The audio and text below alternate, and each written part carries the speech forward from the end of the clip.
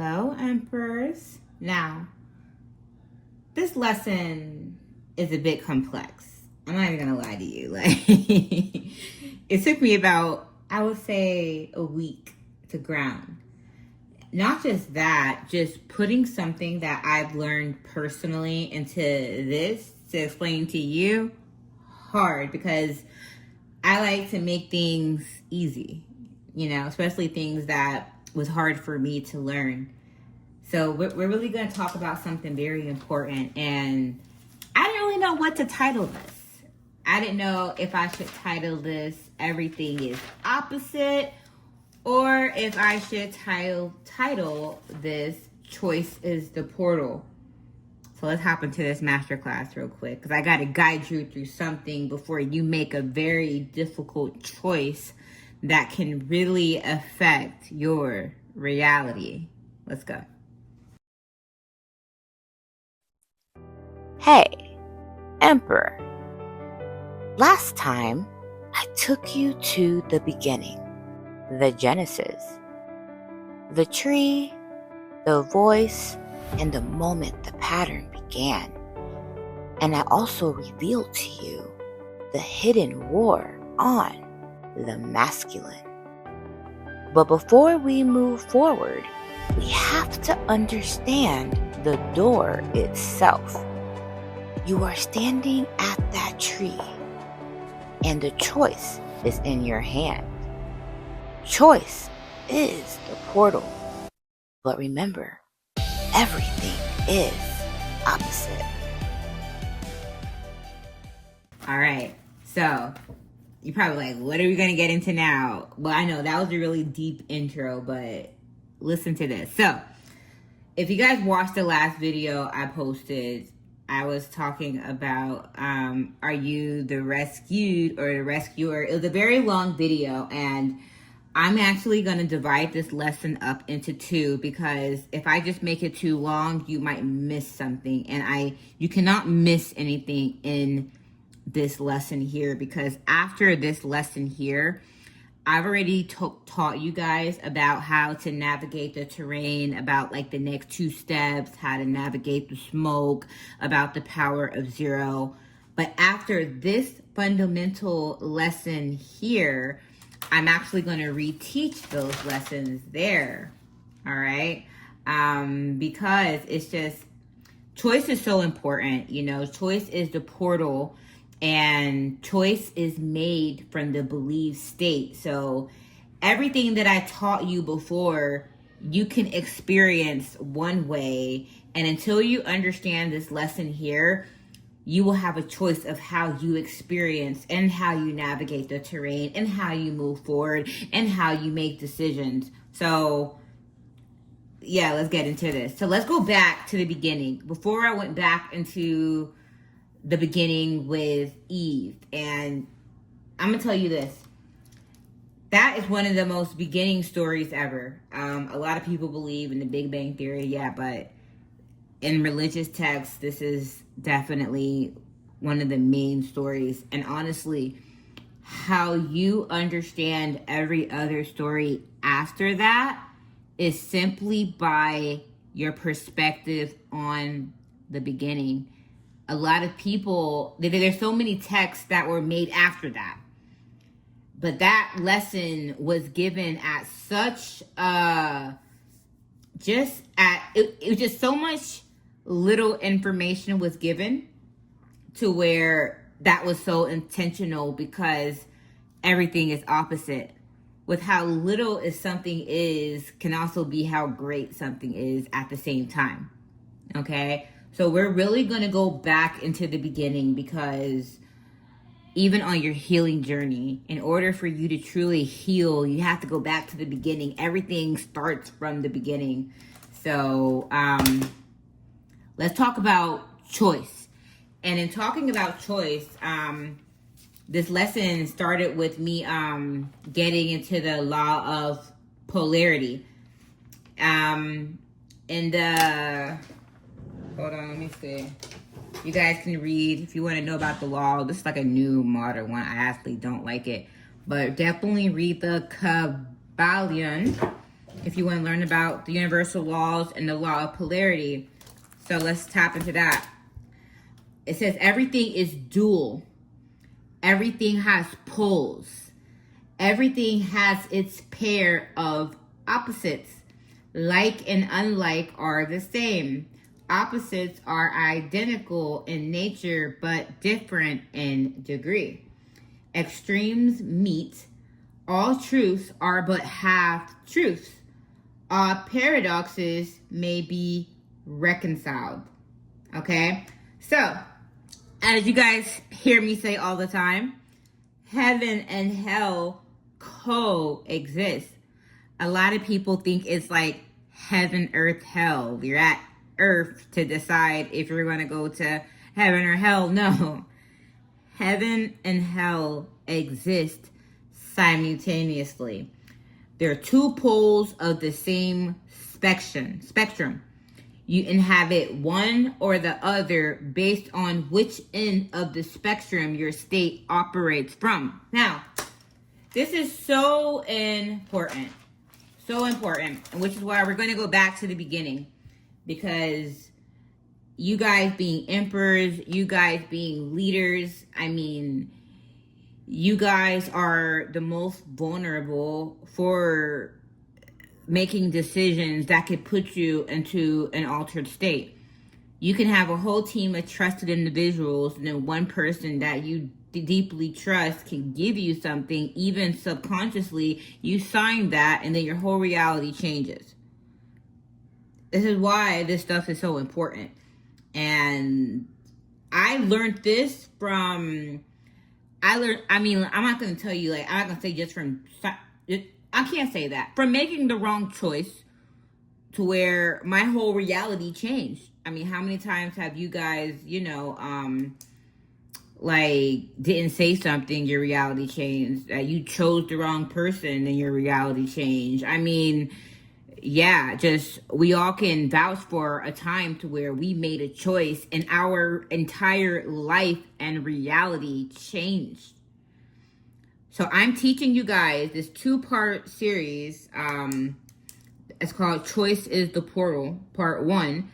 Because when you understand how deeply your choice matters, every choice you move forward, navigating the terrain, operating the power of zero, even just in including people into your field, just every choice that you make, you will remember this lesson. And you will actually navigate life and your manifestations a lot faster. And then you'll also, I don't know, I'm going to let it reveal itself to you. Because that was the purpose. That's the purpose of life, is to receive knowledge, but let it be revealed in your own circumstances.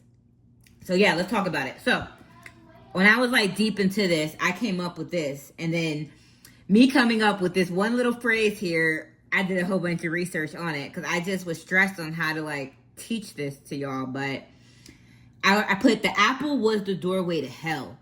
Because if one can be manipulated to disobey God out of fear, lack, and doubt, then they already entered the state to begin with.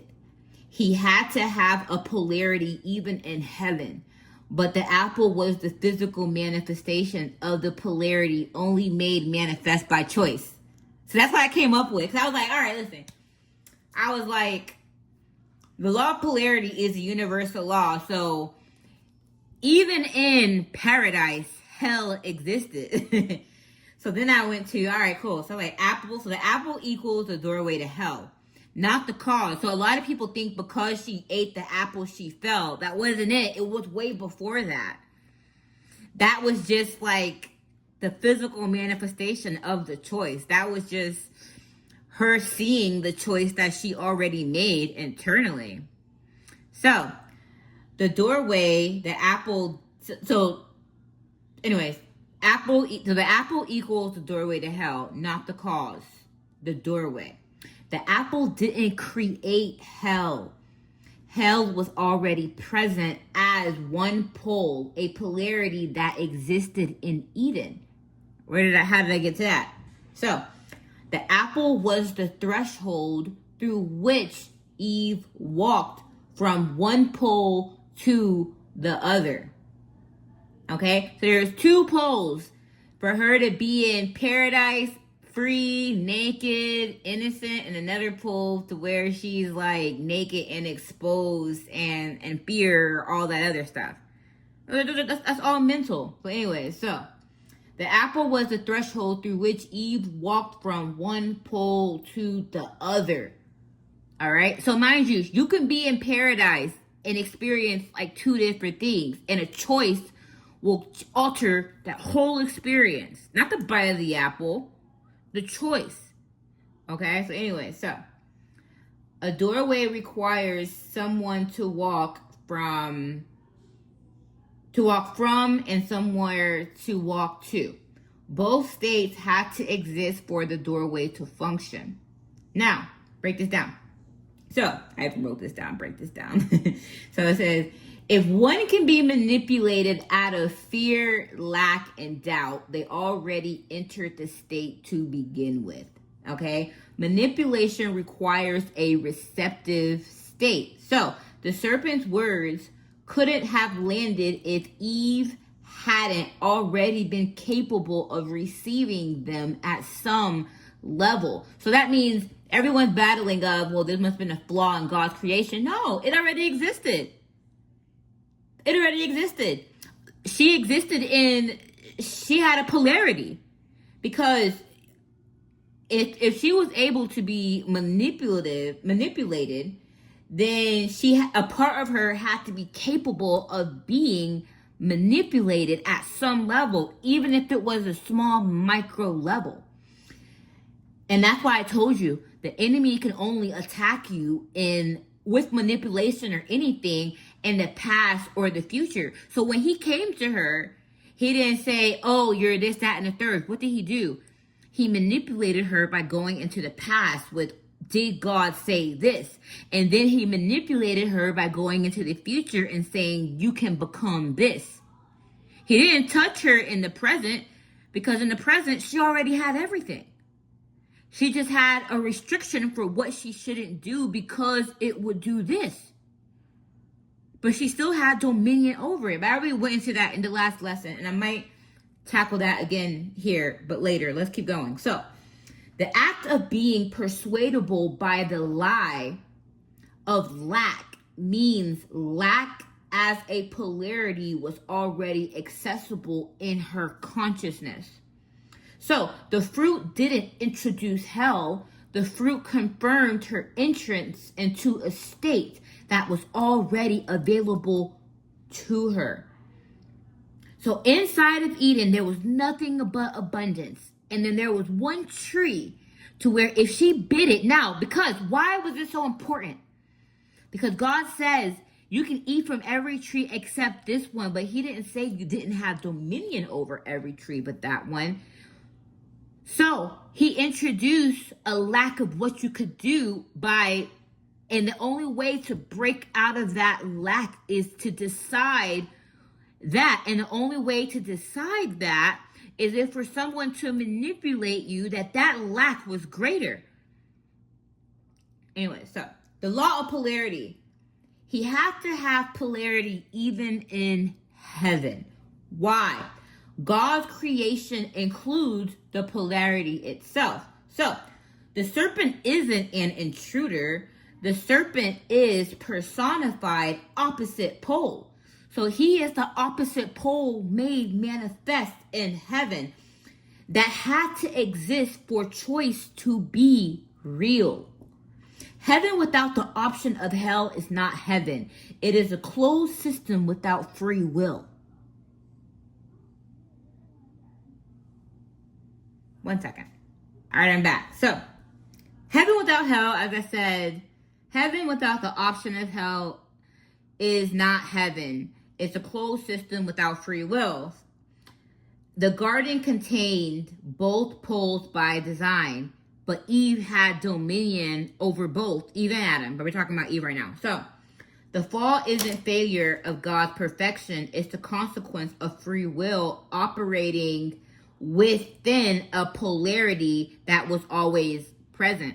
So basically, even in paradise, her being there, she went just from a choice from one portal to the other. Choice is the portal. So the apple was a portal to hell. Was it a portal because she bit it? No. It was the choice. For him to have manipulated her, he had to first manipulating her by making her believe that she already lacked in the present. It was to alter her state in the present. So that's when, let's talk about the power of zero. That's why I told you guys before to make that chart. I'll put it right here again.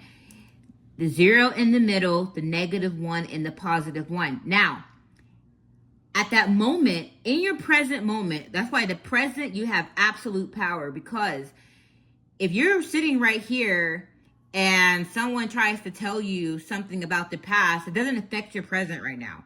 Someone tries to tell you something about the future, that doesn't affect your present right now. So all your power is in the present. The enemy's goal is to take your eyes off of the present, and then for you to do something in the present that makes you either fear the future or have regret of the past or question the past. But it's all to affect you in the present. Why? It affects your choice in the present, because Eve made a choice in the present, questioning what God said in the past and believing that she could be more in the future when she already had everything in the present. So the devil wanted to manipulate her choice in the present so she can make a choice in the present so it can manifest itself and its belief and its lack into her mind in the future by the choice that she was going to inevitably make in the future based on her present choice. So the enemy has no power. It can only piggyback off of what it can manipulate you into believing so that you make the choice. And what did he do with him and Adam making that choice? They built an empire for him. Or what do people do? They manipulate you in the future, or they bind you, or they take from you, or you start giving them money. Keep going. I don't know. I think I'm gonna get through this fast, so I might go ahead and just do like the full lesson for this, but I don't know. We'll see how it goes. So I don't want to like overwhelm you guys with it. So the apple was the physical manifestation of the polarity only made manifest by choice. So the apple doesn't even matter. And that's the illusion. People, it's like, no, it's like it's what everyone does to you up until you decide. It's everything that happens to you before you decide to do something. That's why I said with the smoke, what did I say? You observe and then you remove the illusion of necessity, because what do? People want to put smoke in front of you to get you stuck so that you're not constantly moving forward, and then they try to make it to where you can't move forward or make you believe that you can't move forward without something that you have in the present. Whatever comes in your way, you remove it and you move forward without it. You're not supposed to need something to move forward. Whatever you gain that helps you along your way should always be a byproduct of what you're already doing for yourself. What you already have for yourself. You don't need anyone to help you. If someone comes and they're coming to assist you on what you're already doing.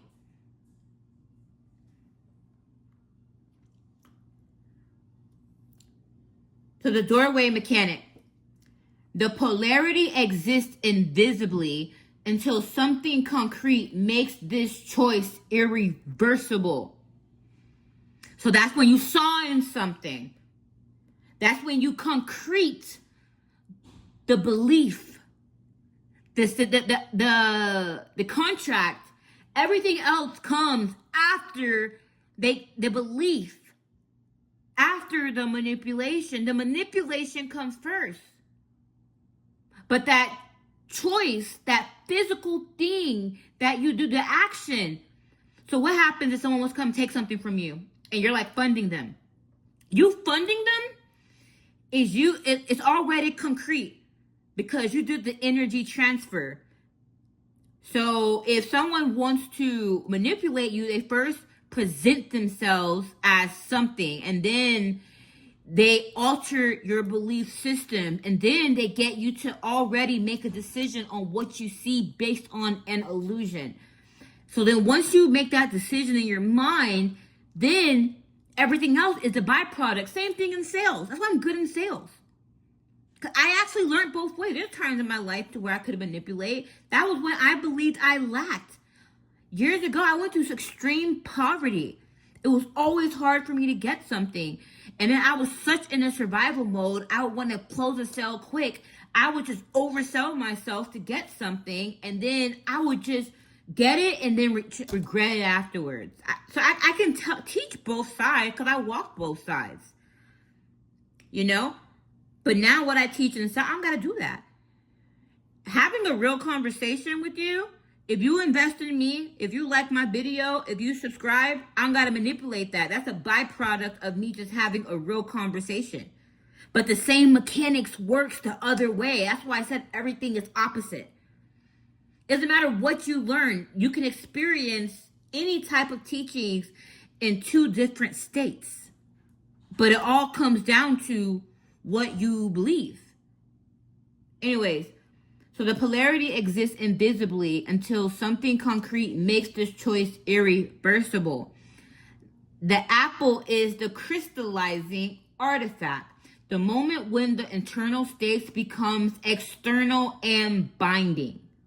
So, before the bite, both poles were available. So, right, she was already sovereign. She already had dominion. She already had authority. She already ruled over the serpent. So that serpent had to get her to his pole because he lacked.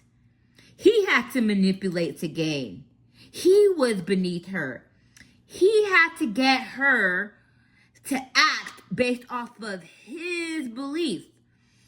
So that means for him to even do that, for him to even exist, to have that conversation, that means the polarity was already there. If you're in paradise, if you're in heaven, what do you have? Everlasting life. So what did God said? If you eat that from that tree, you will die. Because what? If you are in lack, your life will be what? Limited. You will die. Anyways.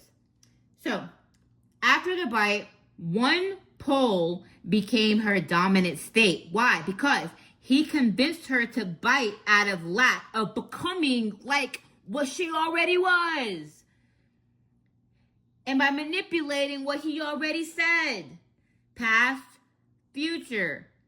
So by him doing that and her agreeing to that, she was able to go to the other side of the polarity. Was she still in paradise? Yes. Was she still naked? Yes.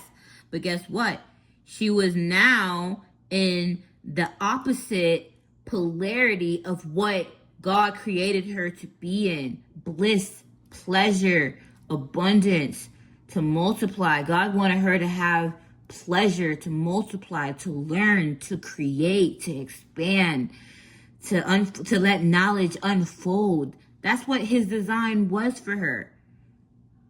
But and the reason why that polarity was there, because if you choose to bite something based off of everything God already gave you, then what you're saying is what you were given wasn't enough. And the devil was able to make her believe that because she went to bite it to gain more of what she already had. But what did she gain? The opposite polarity. So after the bite, one pole became her dominant state. The apple isn't the sin. The apple is the contract she signed with the state she already entered internally. So, Emperor, what I'm getting at is with this, and the reason why I go to the beginning to guide you is because nothing else matters if you don't understand this. I can teach you a lot of things. I can teach you how to be 10 steps ahead of your enemies, which I do. But this is how to be 10 steps. It's the simplicity of the lesson. It's simplicity of all knowledge. It's the beginning of all knowledge. And then you navigate the terrain based on understanding this. You built so much to where if you don't understand this, you're going to constantly keep going through stuff. When you're supposed to actually move faster. You're supposed to be like who God intended Solomon to be before he worshiped the false idols.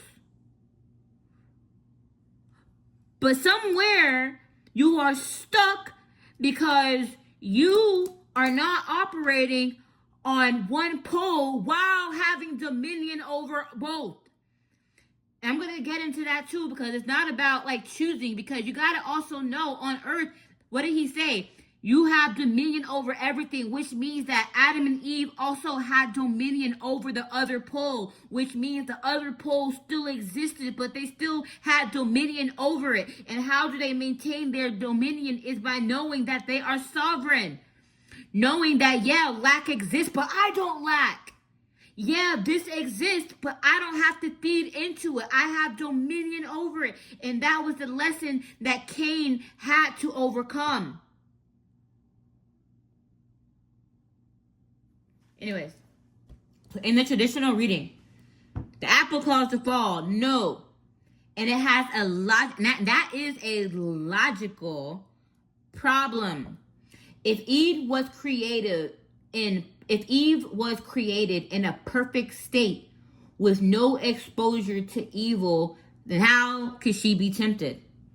Temptation requires the capacity to be moved by an option that contradicts what you already are. If Eve is purely aligned with God, then the serpent's words would have no traction. The fact that the serpent's word worked at all means the polarity was already inside her, latent, available to be activated. So what resolves that problem is God created a being capable of choosing because both poles were present. The serpent's role was to make visible the polarity that was always present, so the choice could be made consciously. So if everyone truly knew that the devil's role is to make visible the polarity, then everyone should also know that what they're experiencing, there is actually an opposite. That whatever you choose, you can experience two different realities from it. Everyone says the devil exists to lie, steal, kill, and destroy. Anyways, so God's response is striking to this. He doesn't say, how could you do this? He doesn't say that. He says, who told you that you were naked? Meaning, who narrated your state in a way that made you forget what was always true? The question only makes sense if the polarity was present in Eden from the beginning, with the deeper truth being that her nakedness was innocence until someone narrated as exposure. Keep going. Type in the comments, keep going. So, let's go over the full mechanics of this. So it's crystallized and you understand what I'm talking about. Listen. The full mechanics, number 1. Polarity is woven into creation from the start. Heaven contains the possibility of hell as a pole on the spectrum.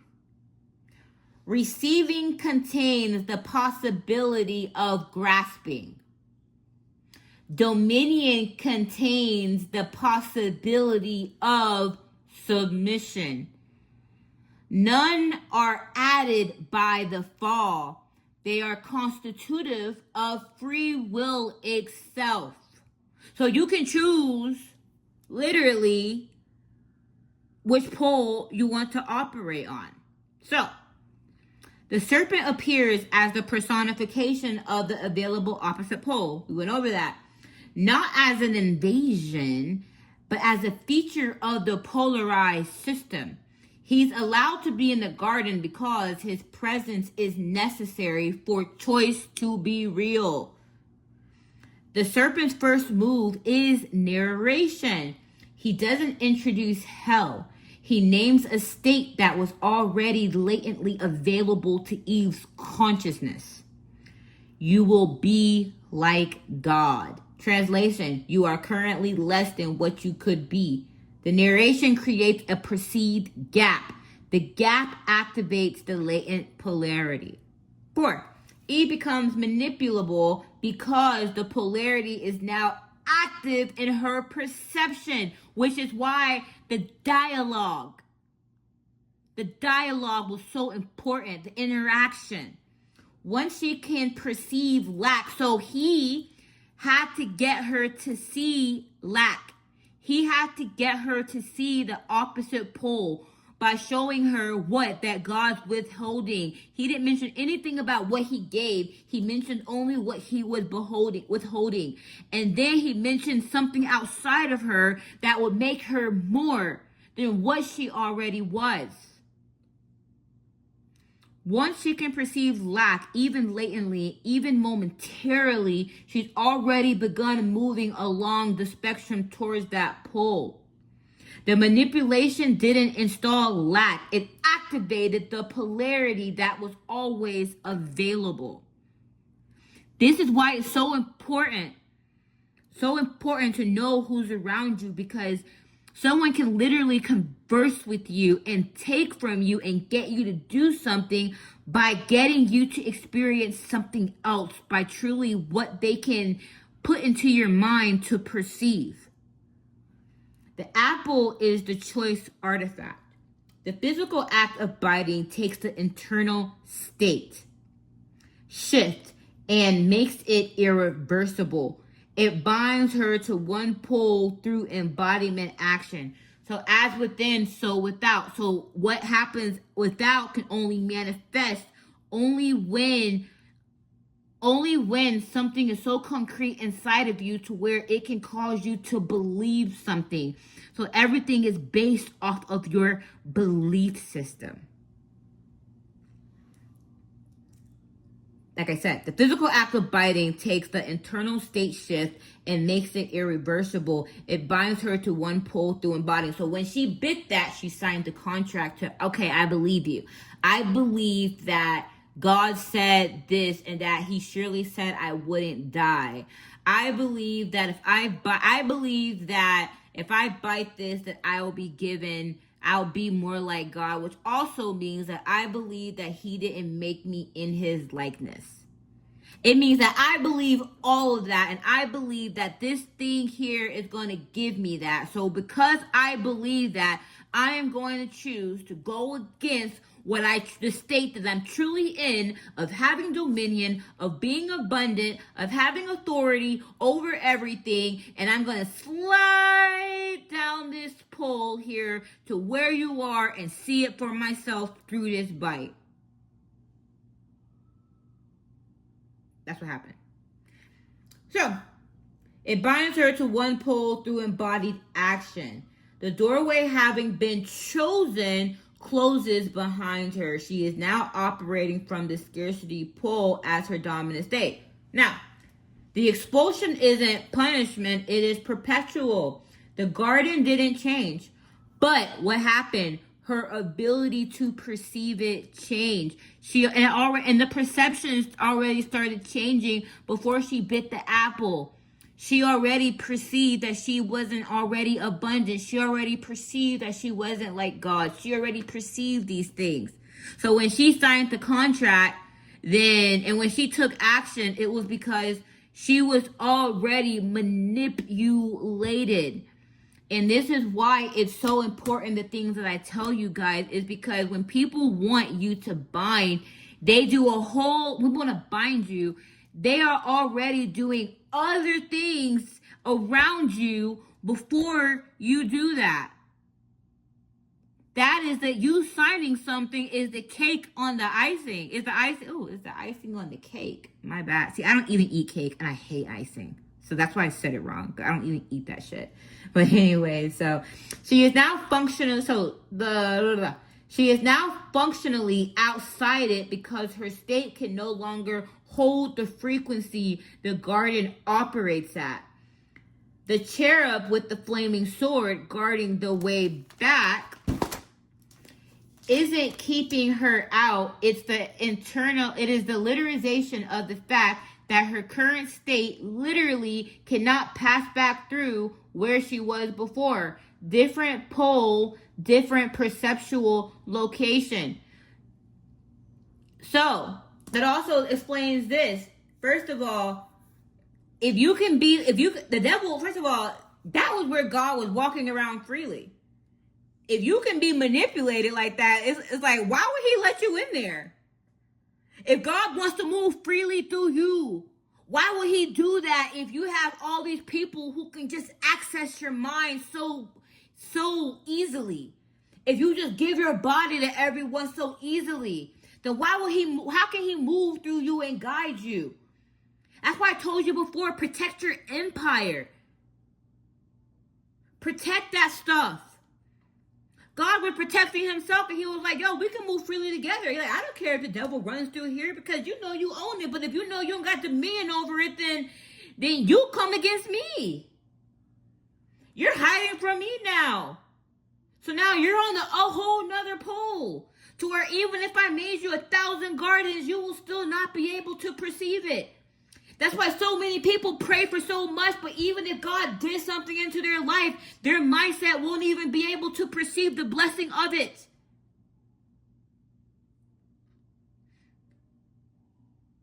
You have to understand this stuff because the choices that you make, you've already subconsciously made the choice before you signed the contract, before you get into the relationship, because it was based on the perception of your own self-worth. The enemy targets your self-worth. And the enemy has to keep doing that by keeping the same things in front of you over and over again just to keep you on that pole. Because if for some reason you decide that you are nothing that you ever thought you were, you are nothing that they say you are, then you can easily reject that, see clearly, and as easy as you can get to that pole is as easily as you can go back to the other pole. Because it was a choice that brought her to that pole, and it's also going to be another choice to bring you back. So the enemy wants to keep people around you in that state so that way you are constantly making the same choices. And I'm going to get into that too. So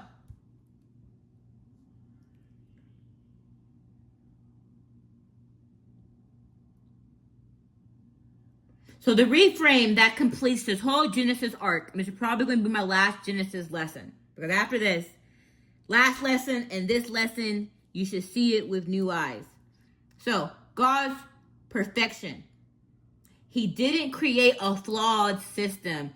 He created one built in free will, which requires polarity. Eve's responsibility. The choice was real. The apple was irreversible. It was an irreversible signature on a contract she signed internally first. So yeah, even though she can come back, she can't reverse that. Because now she's in the other polarity. She can't reverse seeing that polarity. She can't reverse going into that polarity. She can't. Now it's her responsibility to find her way back and to rule over that. That's her responsibility now. The serpent's role was a necessary feature of the system, not a malicious intruder. The personification of available opposition. That's what he is. The recoverability of Eden. Since the garden didn't disappear, only her perception of it did, she can return. Now, because polarity is built into creation, the return is possible. If hell had been an external place she was expelled to, she'd be stuck. But because hell is a state she entered by moving along the polarity, she can move back the same way she moved out by changing her state. The fall is real. The return is also real. Polarity makes both possible. So how do you get out? That's a big question. How do you get out the polarity? Who's in hell right now? The truth shall set you free. And one day I'm going to go truly deep into that. Let me see if I'm going to go into that right now. I'm not. I'm going to say that for another lesson. I want to stick to the message here. So, now, in seeing the truth, all right, we must only recognize, hold on. Okay, I put notes here. So I was reading a whole bunch of religious texts, and it kind of pissed me off because I didn't want to debate a lot of things. So I put, in seeking truth in religious texts, and a note, we must only recognize the mechanics in the text and apply what manifests as truth in our present. So then I was just like, F this stuff. I'm not going to do it. I was too overwhelmed, which I will. I'm doing a lot of like learning, you know, so I might. But I'm not like going to be teaching y'all a whole bunch of stuff in the Bible. What have I been stuck on? Some Genesis chapters. Because I feel like if a lot of people, even the people I read in the Bible, it frustrates me what they go through, because I'm just like, yo, if y'all see what happened here, and then I look at how much the answers to everything are truly like in the beginning, and why everyone is stuck on everything else, it pisses me off. So if I bring up scriptures to you guys, I'm bringing it up to show you the mechanics and the knowledge behind it. Like the next lesson I'm about to do for you guys is crazy. Like, yo, we're going to tap into like the laws of the universe, and I'm going to show you it in a way that is like, it's not even taught that way. And it pisses me off that it's not, because you just look at it different. So anyway, I also put, I can't argue. I was having a conversation with myself. What did I say? I said, I can't argue whose story in the past is true. What I can do is find the way through my own way of what worked presently, and allow the messages in the scripture to reveal truth, because truth is everywhere, even if it's blinded to the transmitter. So I was like, even if the people in the Bible, whoever wrote it, distorted the truth, even in their distortion, there's truth. You know, so like you just find what applies. So anyway, so yeah, polarity, heaven and hell. So we're going to talk about how to operate your relationship to the poles. Okay? Now, I've said, don't think that the poles are heaven and hell, which in a way, kind of. But I'm going to get into what the true poles are. Okay? And remember what I said. The truth shall set you free. Everyone thinks that telling people the truth shall set you. That ain't it. I'm telling you. I'm going to show you what that really means. The truth shall set you free. Now, the operator's relationship to the poles. Now, we first spoke about the poles that she went in, heaven and hell. So when we look at it from that perspective, we're looking at she had dominion, she had abundance. You know, she was in the likeness of God. So when she went to where he manipulated her to be, she was someone that had to do something to gain. You know, buy the apple to gain. She believed in lack. Okay, so what does it mean? Abundance and lack. It means heaven and hell. So I put anyway, let's keep going. So the operator's relationship to the pole. So this is how people operate to the pole, especially people who try to find truth. And I put it into 4 categories. So the first category is the renunciating. So people who renunciate. So a lot of people who say they followed the way, followed the path, who become very spiritual, and this is actually very dangerous to do. I did it before. So I want to talk about what I did. So I became very ascended, I would say. Very ascended. And if you do that, you have to be so careful because you will enter a state of bypassing. And then you will kind of like neglect the physical world, like the body, the material. And then I went through like extreme lack. So, and a lot of people who become very spiritual, they start to say, oh, well, it's not a God's way to be rich or wealthy or things like that. That is not true. That is so not true. God wants you to be wealthy and abundant, you know. But a lot of the people who kind of became very spiritual and knowledgeable, they went through like extreme lack or extreme things like that. And I'm telling you, I went through extreme lack, but I'm not going to say it because I went spiritual. I took accountability for that. I had to unlearn ways. So I grew up in a way to where I was on like a hustle survival mentality, and it was horrible because I didn't really know how to grow money. And then when I kind of depended on other people to kind of teach me, I was taken full advantage of, you know, because I always had a gift in producing, but never just anyone, not a family member, not any person, just to say, hey, listen, I can help teach you how to invest, how to grow. No. And then I'm like a single mom of 4. I do everything by myself. So it was just hard. So when I started becoming spiritual and healing, and then how I started healing was my self-worth. I was like, I don't got to work that hard to receive or just cater to everyone. I'm a very skilled person, and I should also be pricing my value. I should also not be draining my money on people who just want to use me. So when I started doing that and seeing my worth, I had to kind of pull away from how I made money before, and then kind of relearn like how to make money, how to price well, how to compound offers into one, and then delegate and things like that. I had to learn all of that, but that gap in between of becoming spiritual and healing and learning those lessons, I experienced poverty. And it wasn't because I was irresponsible or just too far in the clouds, which I was very much in the clouds then, but luckily I have kids to provide for, so it did keep me grounded. But I lost myself for a bit because it wasn't that. I lost that old identity that I built on. And I was going through like a change. But when you go through that change, you go through that gap in between. So I had to stop accepting. In order for me to accept the new way, I had to kind of stop accepting the old. But I didn't have like a runway of money to do that. Trust me, it was hard. I'm telling you, everything I went through was with no support system.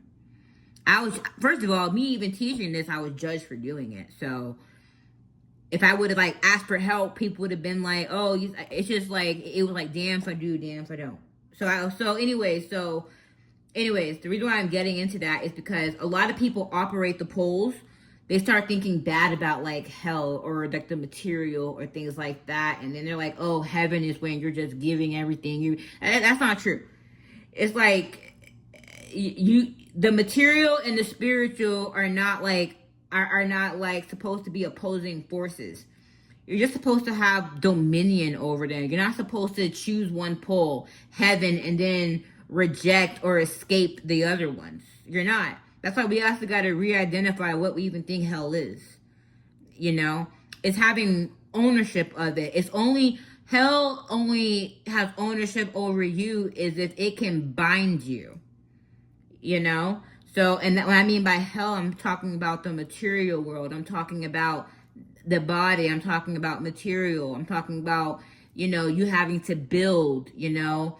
A lot of people who they just choose a heaven state, they start to get a little bit delusional, thinking that, you know, just a miracle is going to fall from the sky and things like that. And I'm telling you, I can only speak of that because I tap so high into my consciousness to where if I didn't have kids, If I didn't have any of that, I would have probably went through that stuff.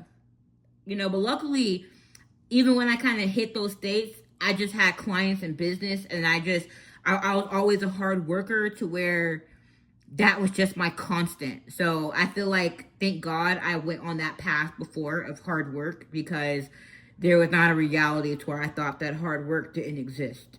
Even now, I have a more lax, comfortable life, but what I'm doing now is still hard work. There is no absence of that.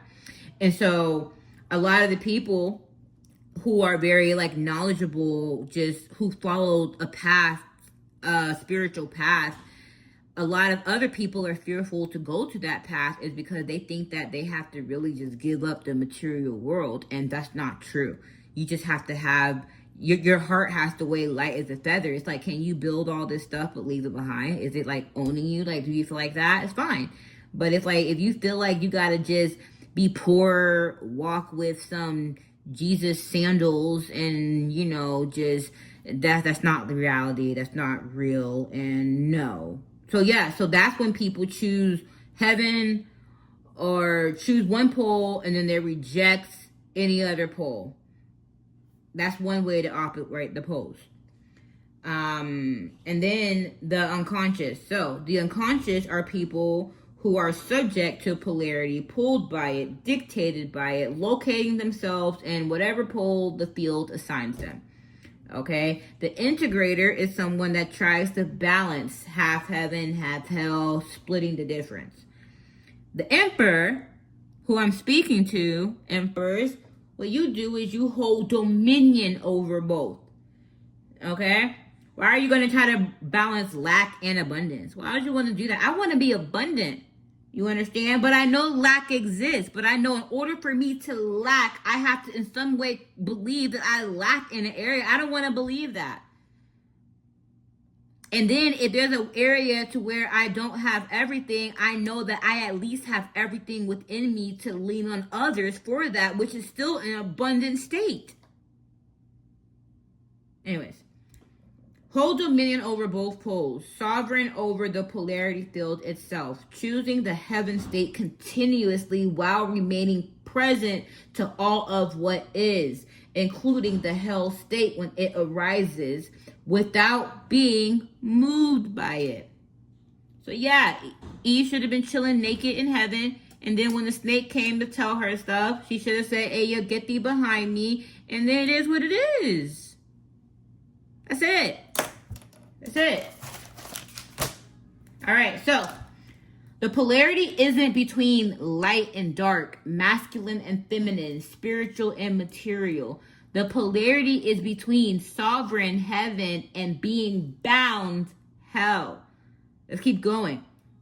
You don't choose light over dark. You don't balance them. You hold dominion over both. And from dominion, you operate the truth pole. That is the true pole. The truth pole.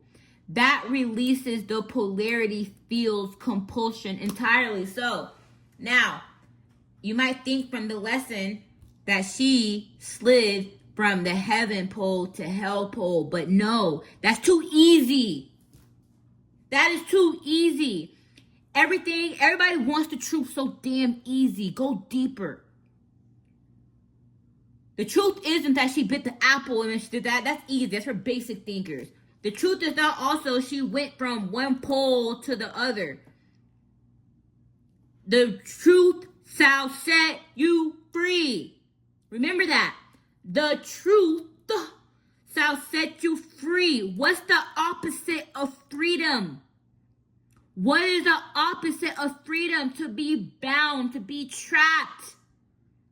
So if you don't have the truth, then what are you? You are trapped. But if you have the truth, then what are you? You are free. You have to go into the truth of what actually matters. So when people want you to sign a contract, it is to what? Bind you. When they have to manipulate to bind you, they got to put an illusion over something to bind you. But contracts are not all bad. But if it's with the truth, then you're making it off of your free will and choice.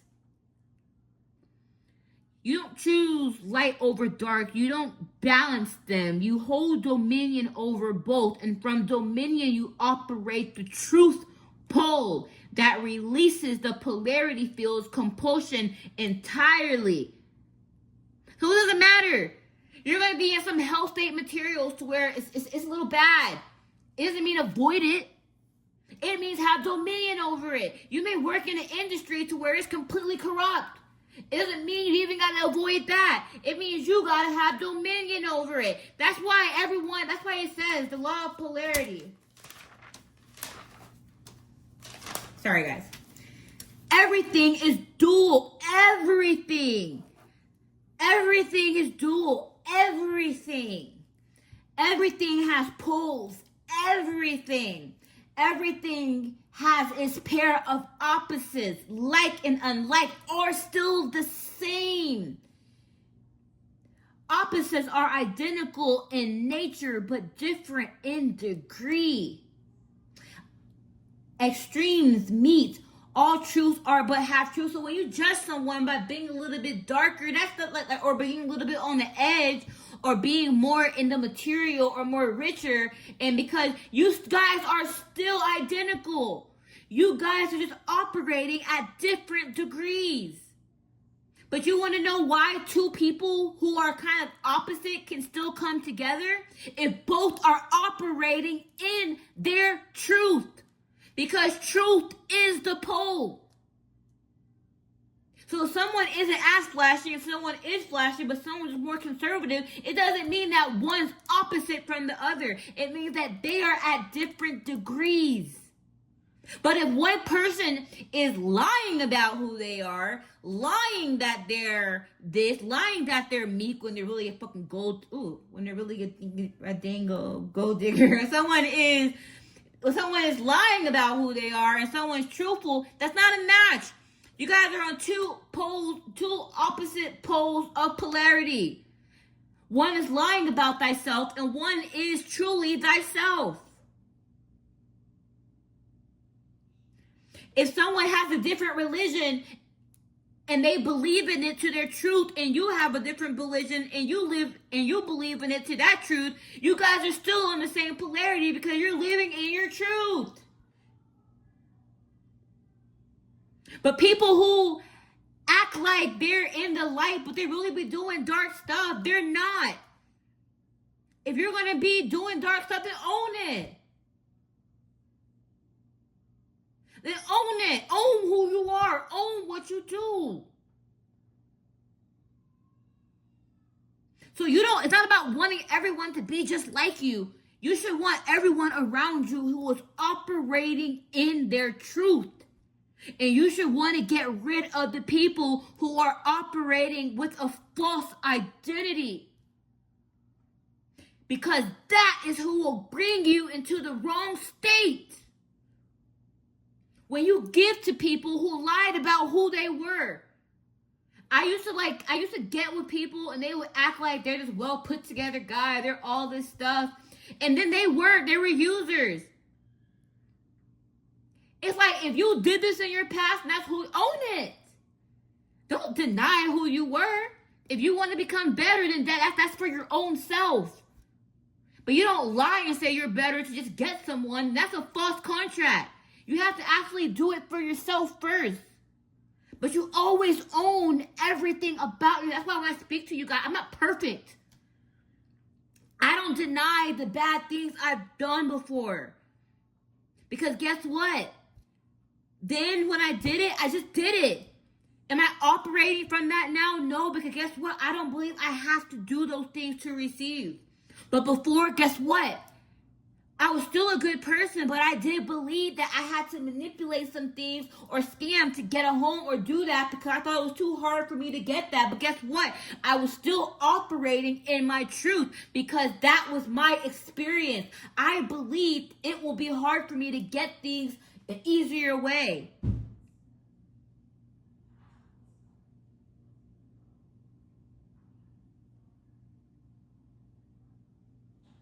Keep going. The truth shall set you free.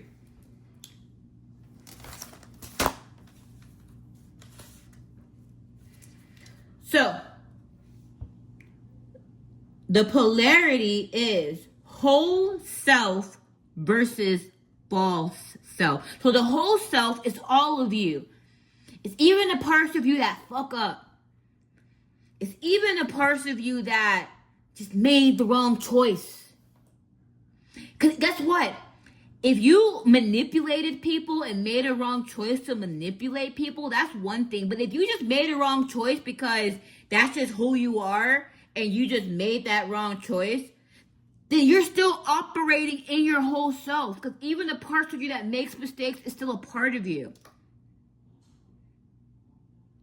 It's the people who try to con their way or act as one thing, present themselves and not another. If you're a ruthless person, then you're better off just being a ruthless person.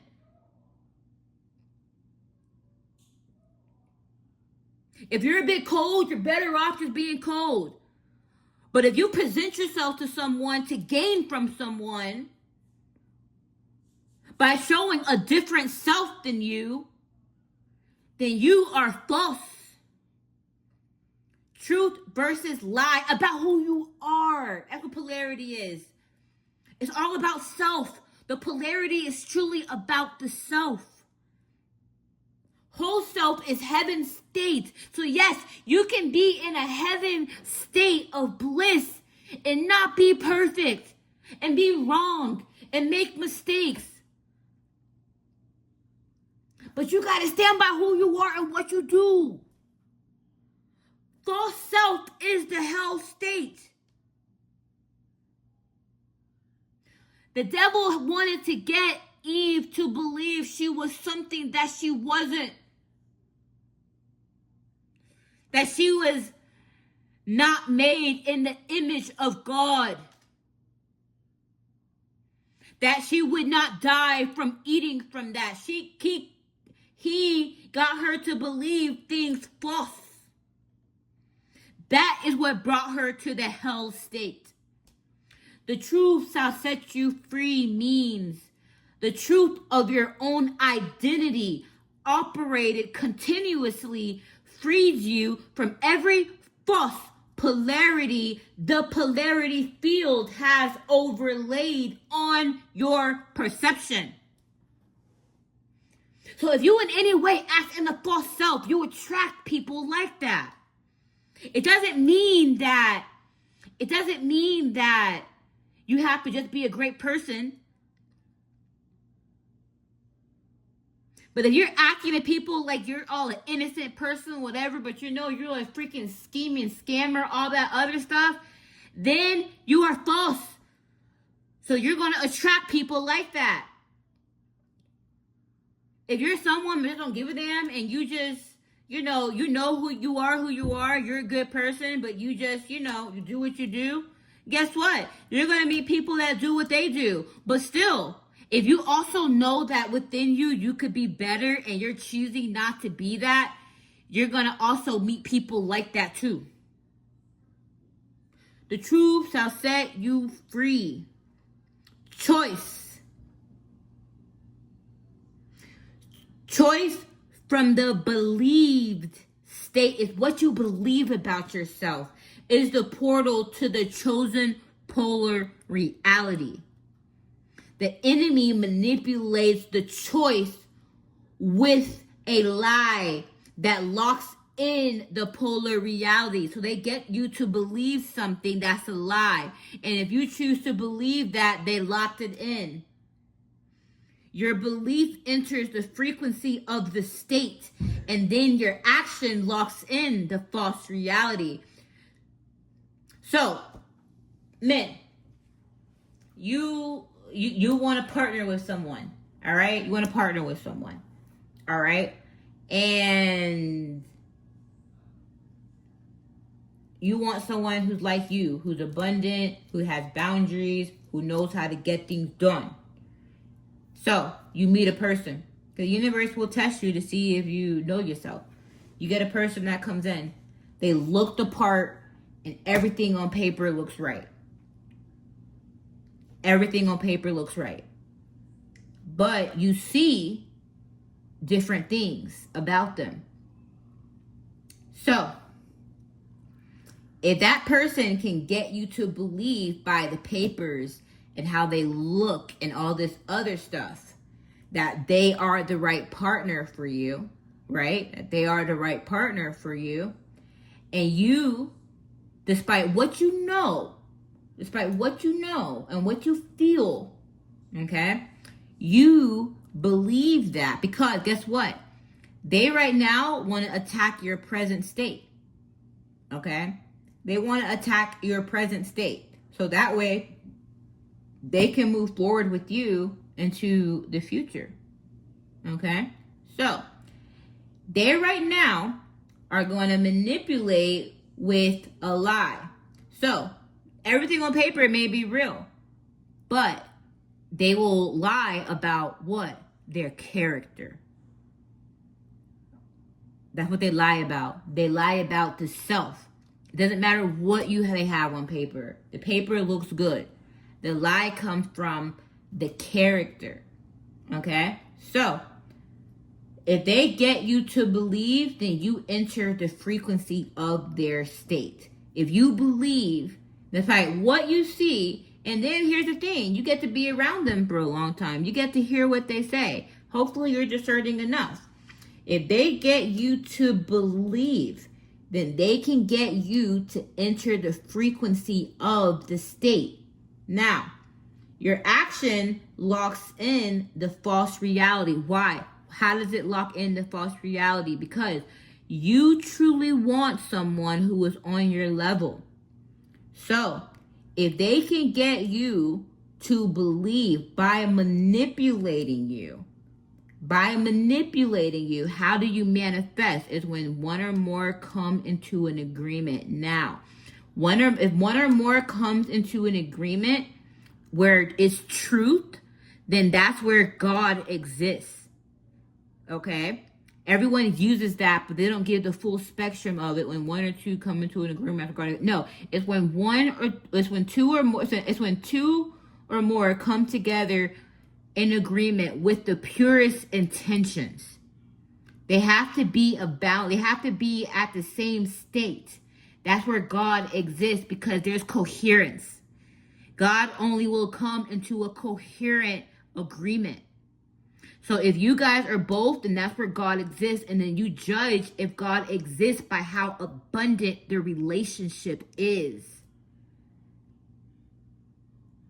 And you can also know by how abundant that person has been in the past too. You can know if God existed in the past with that person.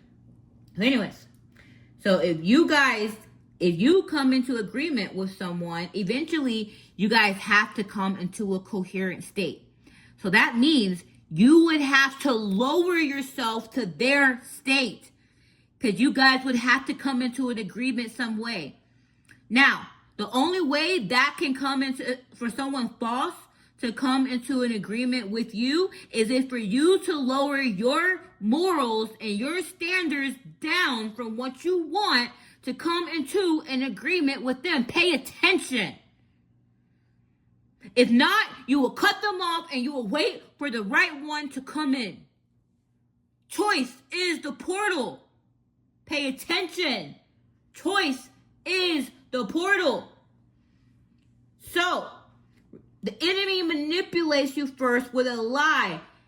First, they try to show you something physical. Their paperwork, their credentials, all that other stuff. You want to know something about me? It's like, I don't have all the credentials. So it's literally like my character. And then how hard I work now, people can see, and like how I do up my business. But, I don't have a lot of the credentials a lot of other people have. I don't have that. But I have my character. And I have as hard as I work to give you guys the truth. So a lot of people, we're talking about me, a lot of people, they will come with the credential stuff. And a lot of people win with that. And then what matches that, and a lot of people get chosen based on that.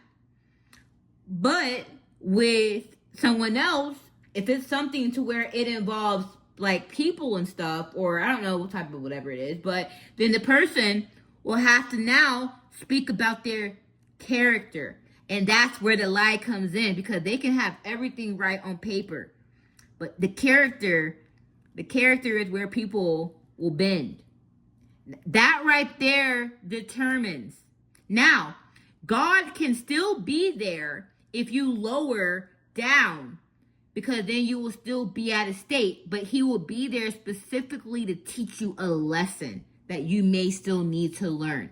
He'll be like, all right, well, I'm not going to bless this. I'm just going to allow this, so you can still learn how to choose. So yes, if someone comes in and they lie about their character, and in some way you will know, because guess what? You want someone who's like you. But if you still are battling your worth or something and you choose wrong or whatever, then guess what? That means you either got to learn the lesson again. So sometimes, like I said, is like that comes with test on your own self-worth. So the enemy manipulates with a lie that locks in the polar reality. So that's when you get to choose. When they come in, they put everything in front of you, and you got a choice to make. That's why I said choice is the portal. So your belief enters the frequency of the state. So if you deny that person, then guess what? You're locked into your state still of what you want. If you approve that person, then you lowered your state down into their false, because guess what? You're accepting something false. So that means in some way you're acting in a false state because you're going against what you truly want. You're settling. You're lying to yourself. And you're allowing yourself to partner with someone who you already said what you wanted, and you're accepting something else. So your action locks in the false reality. So when you sign the contract, when you bring that person in, you are now perceiving the reality based on the manipulated lie.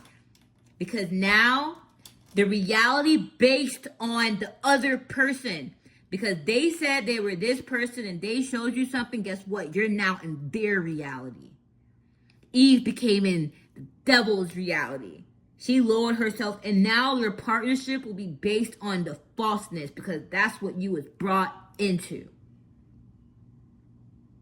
The reality is an illusion, because what? Hell is an illusion. As long as the lie is believed. So as long as the lie is believed, as long as you believe this person is a good partner, which they're not, as long as the truth is unseen, they can continue to hide who they are, hide what they've done, hide their true stuff. The reality still exists. The way out is to see who they are and to see your choices. Be accountable. You can't say, oh, they manipulated me. You gotta say, no, I did not see you correctly. You always come back to yourself. We don't blame.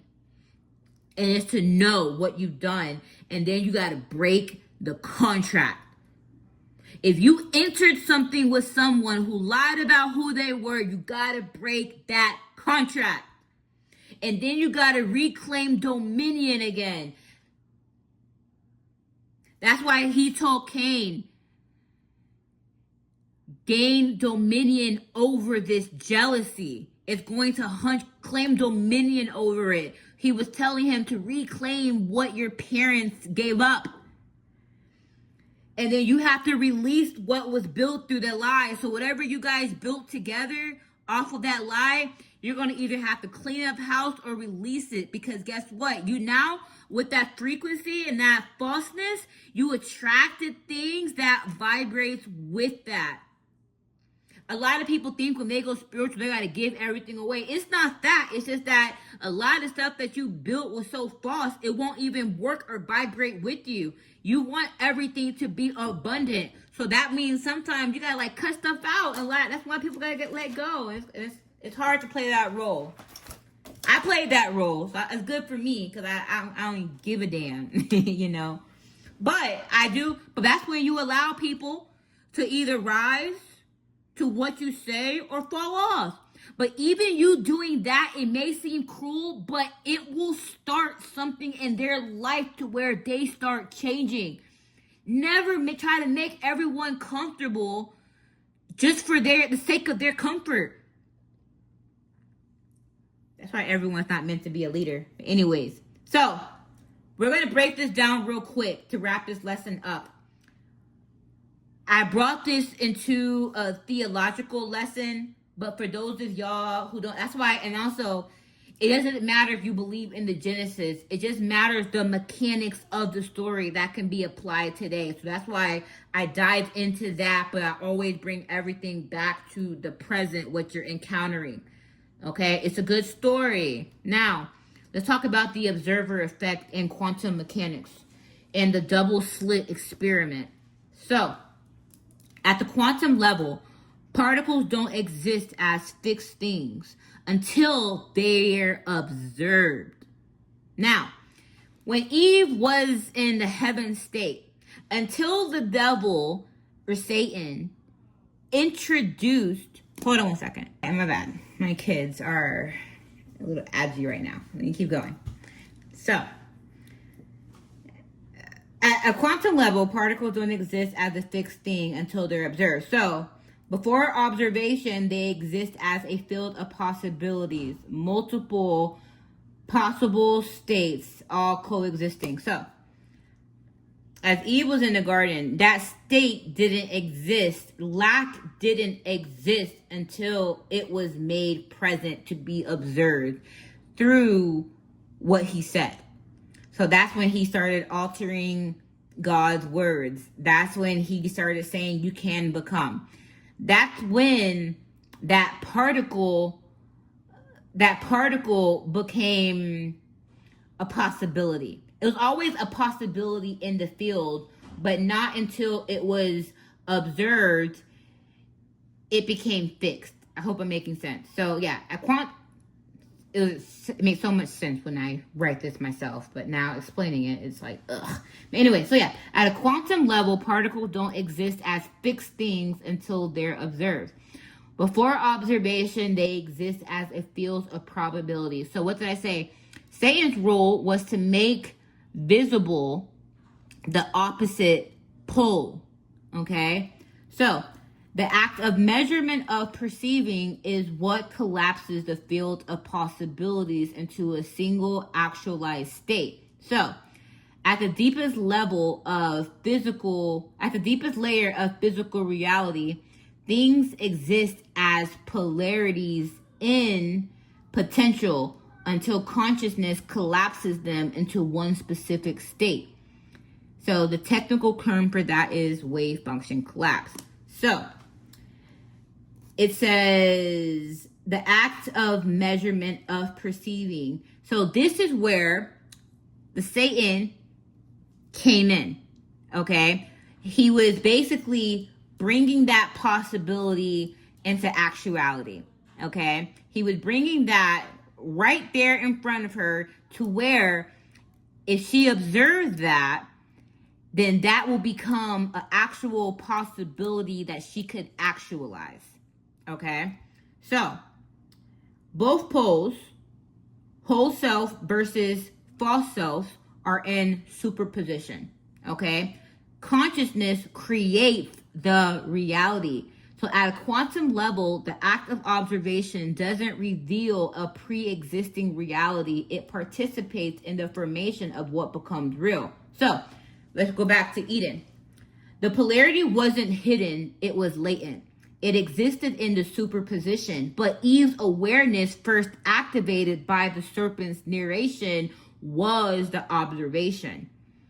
That collapsed the field. The apple wasn't the cause, the apple was the artifact of the collapse. The physical signature of the state had been chosen by perception.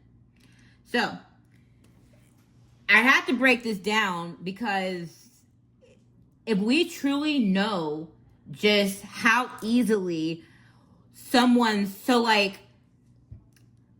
if someone can literally come in and make a reality, so collapse a state into our life by simply using their words.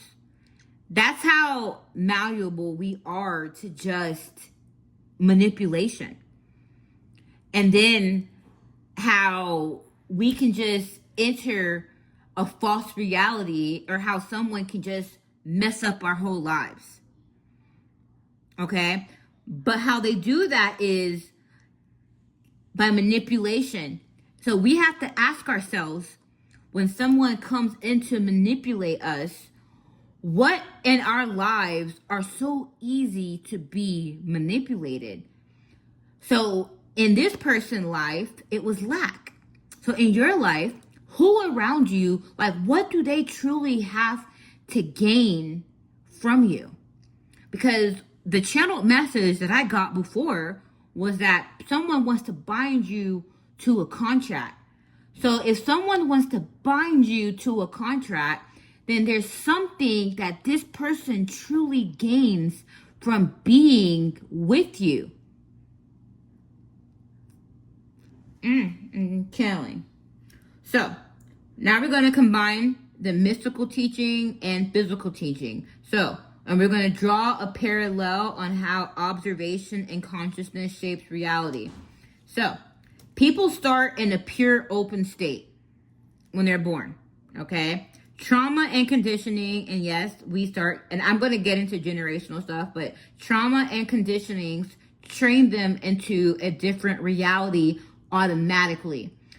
But when someone heals, their attention shifts to form a new possibility, which weakens the force holding the old lie in place.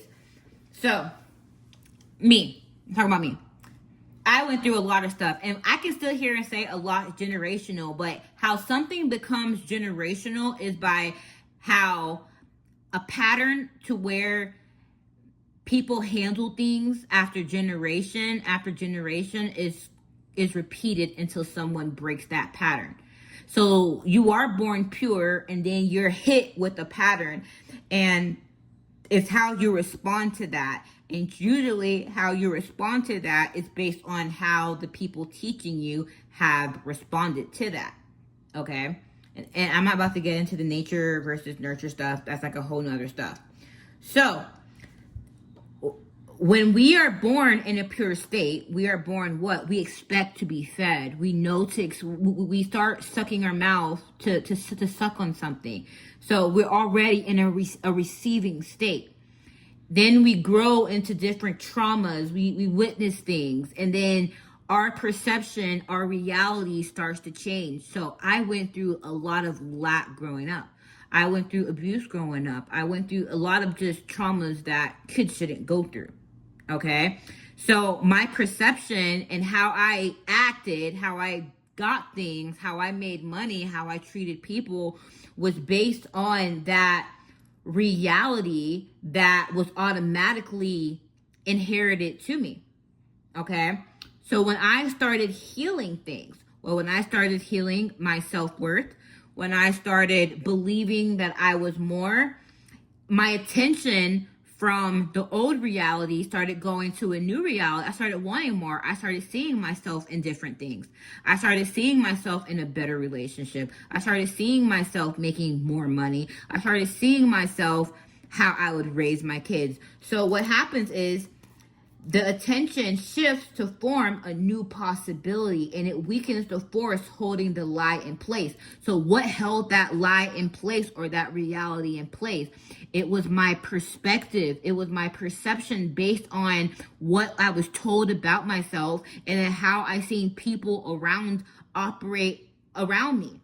So at a quantum level, particles don't exist as a fixed thing until they're observed. So as you're going through your life right now, other possibilities, other particles of potential lives you could live exist.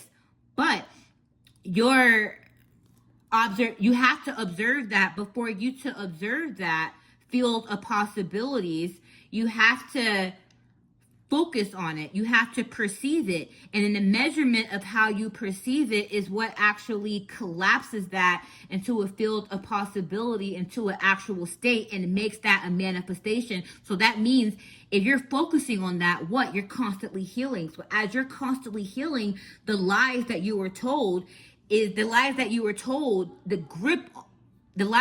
told starts collapsing the grip on the reality that you have. Because if you start proving to yourself that, you are capable of this. You're not what you were told you were. Then the lies that made you to believe that and to act based off of that lie starts to fade. So that reality starts to lose its grip. And so what happens? You start perceiving the other reality. And that reality starts to collapse the more the old reality loses its attention, loses its observation. Okay? So that's when that's when your consciousness starts to create a new reality. Okay? By observing the new reality. And it isn't a pre-existing reality. It participates in the formation of what becomes real. So your consciousness starts creating something as it starts to prove the old reality to be false. I hope that makes sense. I'm hoping it makes sense. I hope that got you. So anyways, and then when I was going deep into that, I was like, all right, cool. So we got theology, we got quantum mechanics, we got psychology, then we got practical mythology. We're going to put all of that into coherence right now. So, because that's what God is. He's all the things, So how to access the polar reality. That's basically what I was telling you guys. You access the polar realities when you collapse the beliefs and the lies that held the other reality. The polar reality becomes the only reality a person perceives when their dominant observation has pointed at it and acknowledged it as pure truth. So for me, as I started, I don't want to tell you guys to do what I did, but I had to leave everyone in my past behind because that's what I had to do. So I grew up in lies growing up. So I grew up, with like my mom and then my stepdad. Starting off, my mom lied my whole life to this day about who my dad is.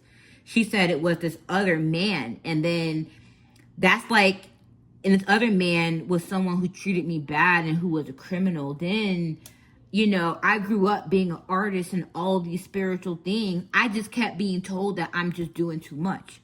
So I never could just express myself, and I had to be a person that was quiet, or I was afraid to speak because I can just kind of see beyond what people did. I was very wise for a child.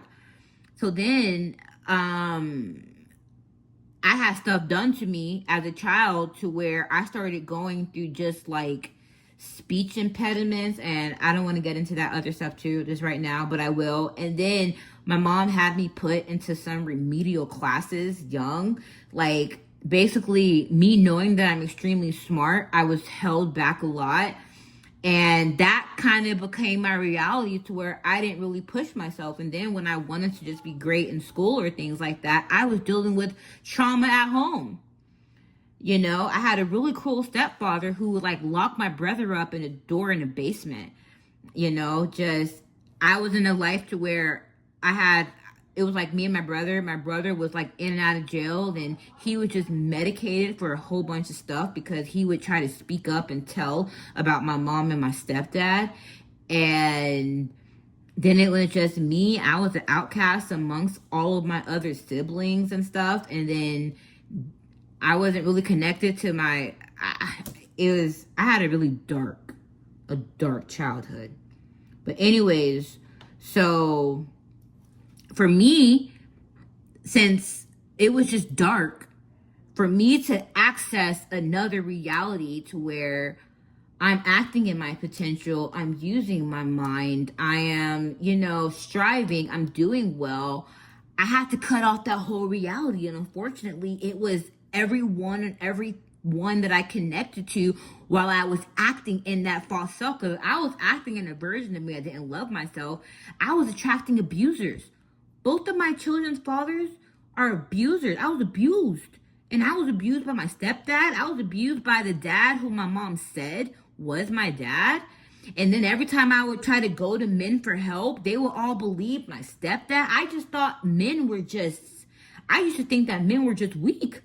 That's what I was. I thought women were just manipulators. Then I had women in my family who didn't stand up for me and they took the side of men. It's crazy. And then I left everyone when it happened again in my adult life to where I was attacked by a man, had to leave him. And then I tell my family and everyone believes the man. And then that was my freaking life, literally until 30. It doesn't matter how great I do, it's that I will just not be defended or just seen as who I am.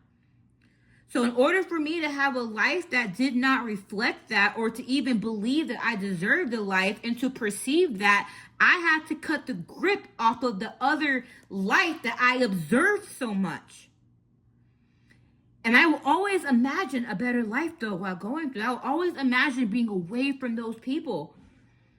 And it was like the more I started healing and realizing that it was there. If I'm so dumb, then why am I doing all this for you guys? Then why, if I'm so dumb, then why do y'all count on me and my mind to make very hard choices?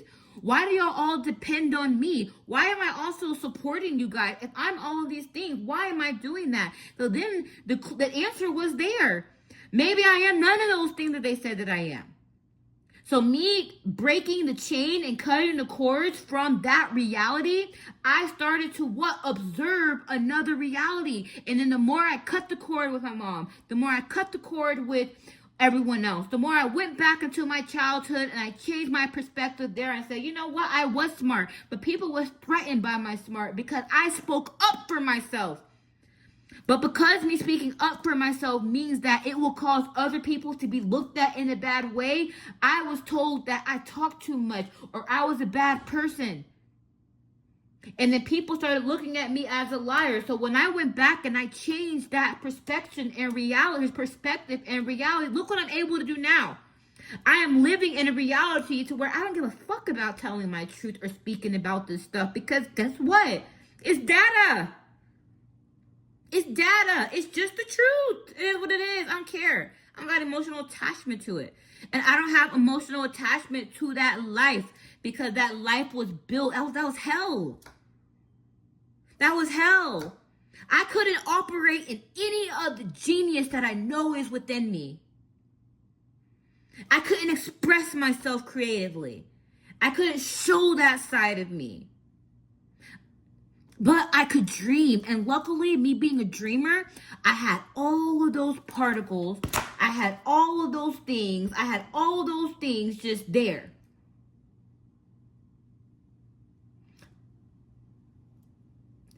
They were literally a field of possibility. Multiple possible states all coexisting. So as I started healing, that's when the act of measurement of perceiving is what collapses the field of possibility into a single actual state. Guess what? That reality is not that hell. I'm not in hell. I'm in a new life to where I don't have to be quiet because I care about what other people think or they're going to say about me. I don't got to dim my light. I don't gotta be around people who I would need to be defended from. And then worry about people who won't step up to defend me. That whole situation doesn't exist entirely. The polar reality becomes the only reality a person perceives when their dominant observation has pointed at it and acknowledged it as pure truth. So guess what? When I was in that false reality, guess what? I was creating contracts with people who came in as false people. And it wasn't because I was a bad person. It was because the reality I inherited was a false reality because I allowed people from a young age to tell me who I was. And so the contracts that I created and that I signed were other people. Guess what? The reason why God kept me from that, because I wasn't still faking. I just didn't know my worth. I believed I deserved bad treatment at that point. That's all I received. And I received people who were acting as pure, acting as nice, and they were false. But guess what? It was an inverse for me. I was inside knowing that I deserved better, but I kept settling for less. And I got the inverse. I got people who were actually horrible, acting as if they were better. And it was so God to show me who people were in the inside. So I would say, listen, you're real. Look at you on the inside. You may be showing people you're this. You may be playing dumb. But guess what? You're truly hidden in the inside. But these other people, they're acting like they're this. But who they are in the inside, look within them. It was an inverse reality he was showing me in people. So in some way, you're truly a good person, but you settle. You settle. You settle for what's on paper. And you don't listen to their character. And if you do that, you're gonna, and what happened with me? I did that with someone, and I didn't follow my intuition. My whole life altered. I had someone trying to con me, he was acting like he's a great person, abusing me. I had to literally run from this person. And you will know what I did? I went through a whole reputation slandering from that. But I'd rather that happen than me lie to myself. And guess what that caused? It caused everyone, and it helped me, because everyone who slandered my reputation because of that person were everyone that I had to let go of. And I allowed that tower to fall. I allowed everyone who's seen me, how that person manipulated me as to fall. Because I'm like, if you guys can believe this person, then you guys are all vibrating at the same state. So I got to be the 1% who sees myself, and I got to walk alone and start all over and do it by myself. That I will let all of you guys together, compound, be the exact force that I need to pull me out of this damn state and to pull me out of hell.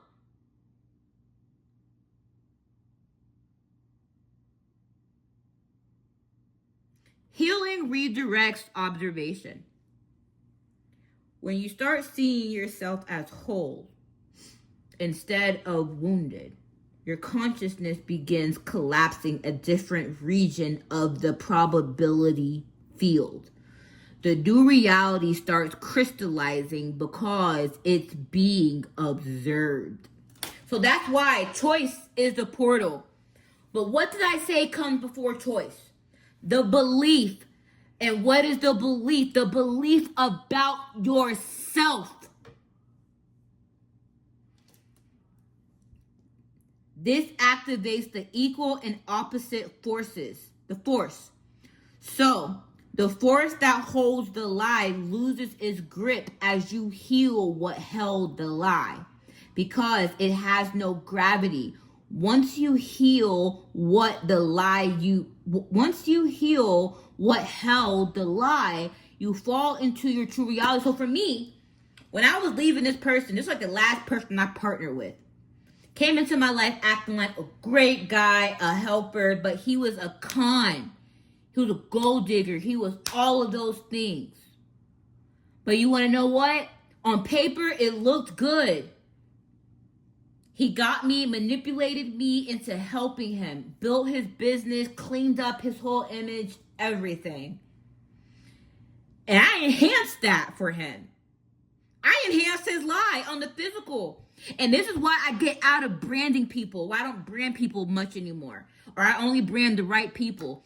Because people will want to be branded, but then behind their business was so flawed, like their structure, their business structure. And then they wanted me to help them with that too. And I'm like, and that's when God showed me what I was doing for people. It was like, I'm not doing your internal work. It don't matter how good I make your brand. If your system is flawed, it's going to be flawed. You were just calling people from the outside like the fig tree, but you will have no fruit to give them.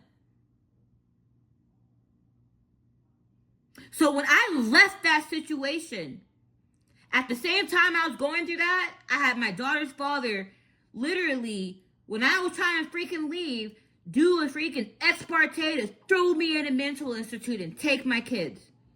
I went through and then a whole character assassination of everyone saying that I'm this horrible person.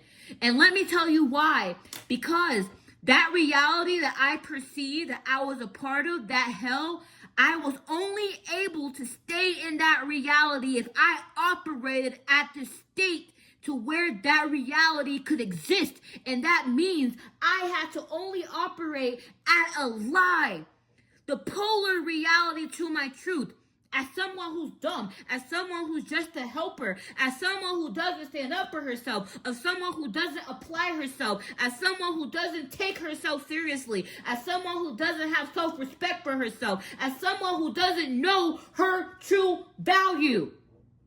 So when I let go of that and decided to leave that, they had to manufacture a lie externally to hold that. But the way they got that wrong was my internal belief about myself already changed before the attack on my character. That's why the devil had to go first to her mind.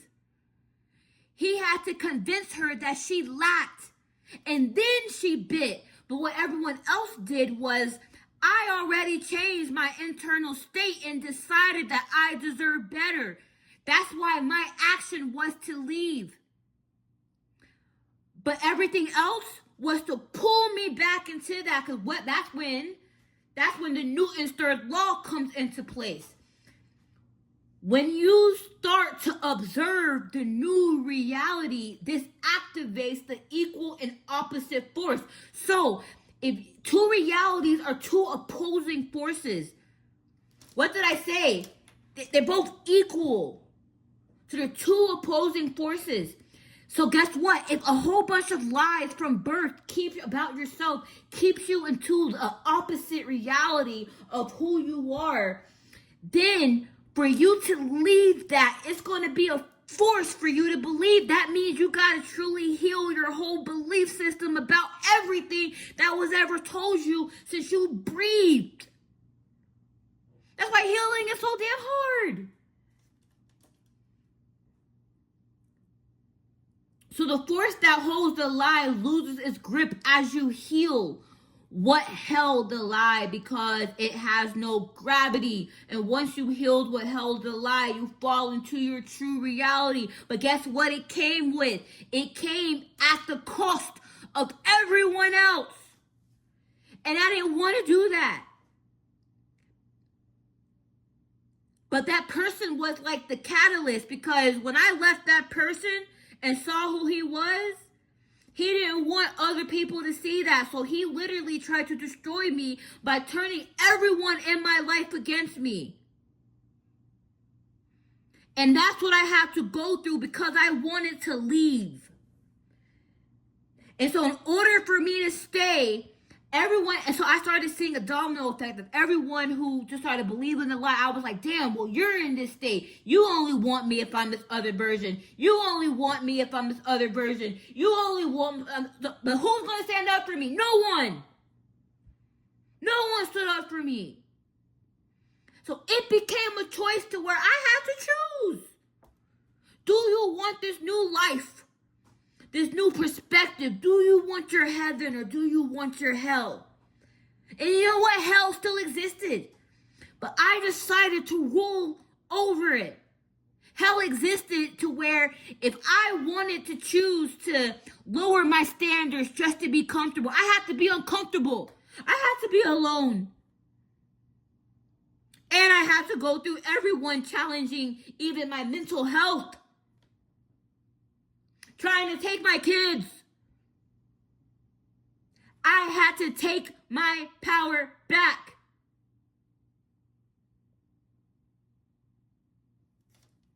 Newton's third law operating in consciousness. Every observation creates an equal and opposite force from the field. So when you start observing the new reality, the old reality resists. It pulls back. Now, as much as my reality pulled back, as much as character assassination I went through to leave these people shows how much people benefited from me being there.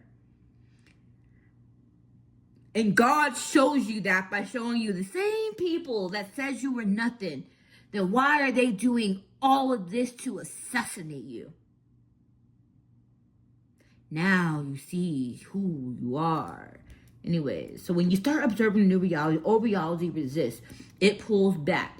This is the resistance every healing person feels. So when you walk away from something corrupt, because a part of you before, and it's not saying that yours is bad, it's just saying a part of you before was either born into that, or that's just what you attracted in your reality.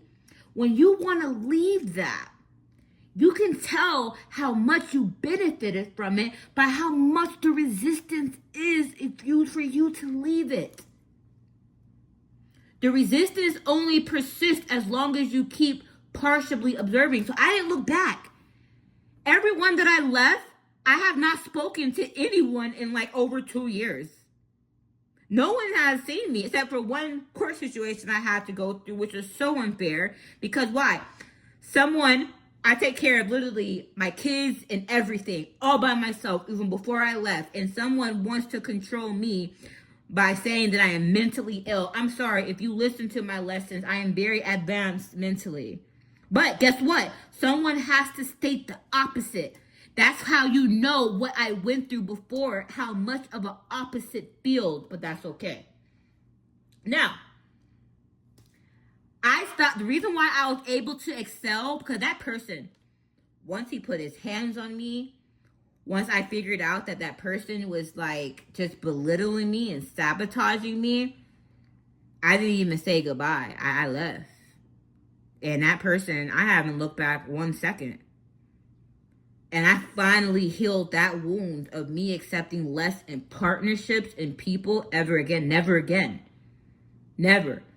And I take accountability for even entering that contract. I let what someone had on paper. He showed me all his paperwork and his credentials, but his character was shit. It was shit. Literally a shit. And the fact that I went into that and how God even allowed me, because I still had stuff to learn about partnerships. It is what it is. So anyways, so one by one, everyone started character assassinating me after that. Families started turning on me, judging me. Everyone who started treating me bad and not how I see myself in my new reality, I should be treated with respect, with dignity. Anyone who spoke to me other than how I see myself, I have not spoken to in years, and I never looked back. And guess what? I still had to go through stuff, but that was me relearning habits. And yeah, that was people trying to distract me from you to look back by sending... people been sending like investigators after me, writing me, talking about I'm going to find you, all this stuff. But guess what? My field is so not looking at that. I'm not observing that reality. I'm not. And I had so much try to get me to observe that reality. Now, the resistance only persists as long as you keep partially observing the old reality. The pullback works when your attention is still tied to the wound that anchored the lie. When you healed what held the lie, when the wound is no longer being observed into existence, the old reality loses gravity. So it's not going to happen all at once. So if people still write me and I'll be triggered. I would have people say that you're this, that, and the third. And I'm like, okay, for it to trigger me, it's just something for me to heal. And then that's when I have to go back and say, I'm not none of those things. I changed my lifestyle. I became more of a homeschool mom, a no bad. People are like, you're a bad mom because your kids aren't in school. I'm just like, if that affects me, it affected me at first. And I'm like, well, why? I feel like the type of learner that I am, I would have thrived if I was homeschooled. I was bullied a lot, for being I'm a super empath. I feel everything, I feel like I should have been. 1 second. Excuse my kids. So I give my kids the life that I feel like is different. A life that isn't bound. So it came with me having to listen to other people, it being out of other people's comfort zones. And then I decided not to inherit that into me. I'm like, that's y'all boys. This is what you guys think. This is what you guys wouldn't do. I'm doing it. Y'all didn't have the courage to walk away from y'all abusers. And I got used to people who would abuse but expect you to come back. I'm not that person. I've done that before, where you fight and make up and you come right back. I don't like that type of abuse. I don't like that. Don't talk to me if you're not going to talk to me nicely, you know? So anyway, once I started continuously healing and not allowing and not looking back, I kept building. And I'm telling you, I built so many times to where things kept getting corrupted, you know, and I can say a lot of spiritual things of why that happened, but I'm just going to say, you know, I'm not going to give anything that attention. I'm just going to say it just wasn't time. I still have stuff to learn. So anyways, the pullback works because your attention is still tied to it. And I learned that before when I used to try to like leave situations, but I couldn't because I'll be distracted by it. I don't let the past distract me anymore. So I decided to let leaving that situation, the sabotage, be my stepping stool towards this new life, you know? So it doesn't need to be defeated. It doesn't need to be fought. It simply cease to be observed, and the force eases to crystallize as your experience. So now I don't deal with that force now.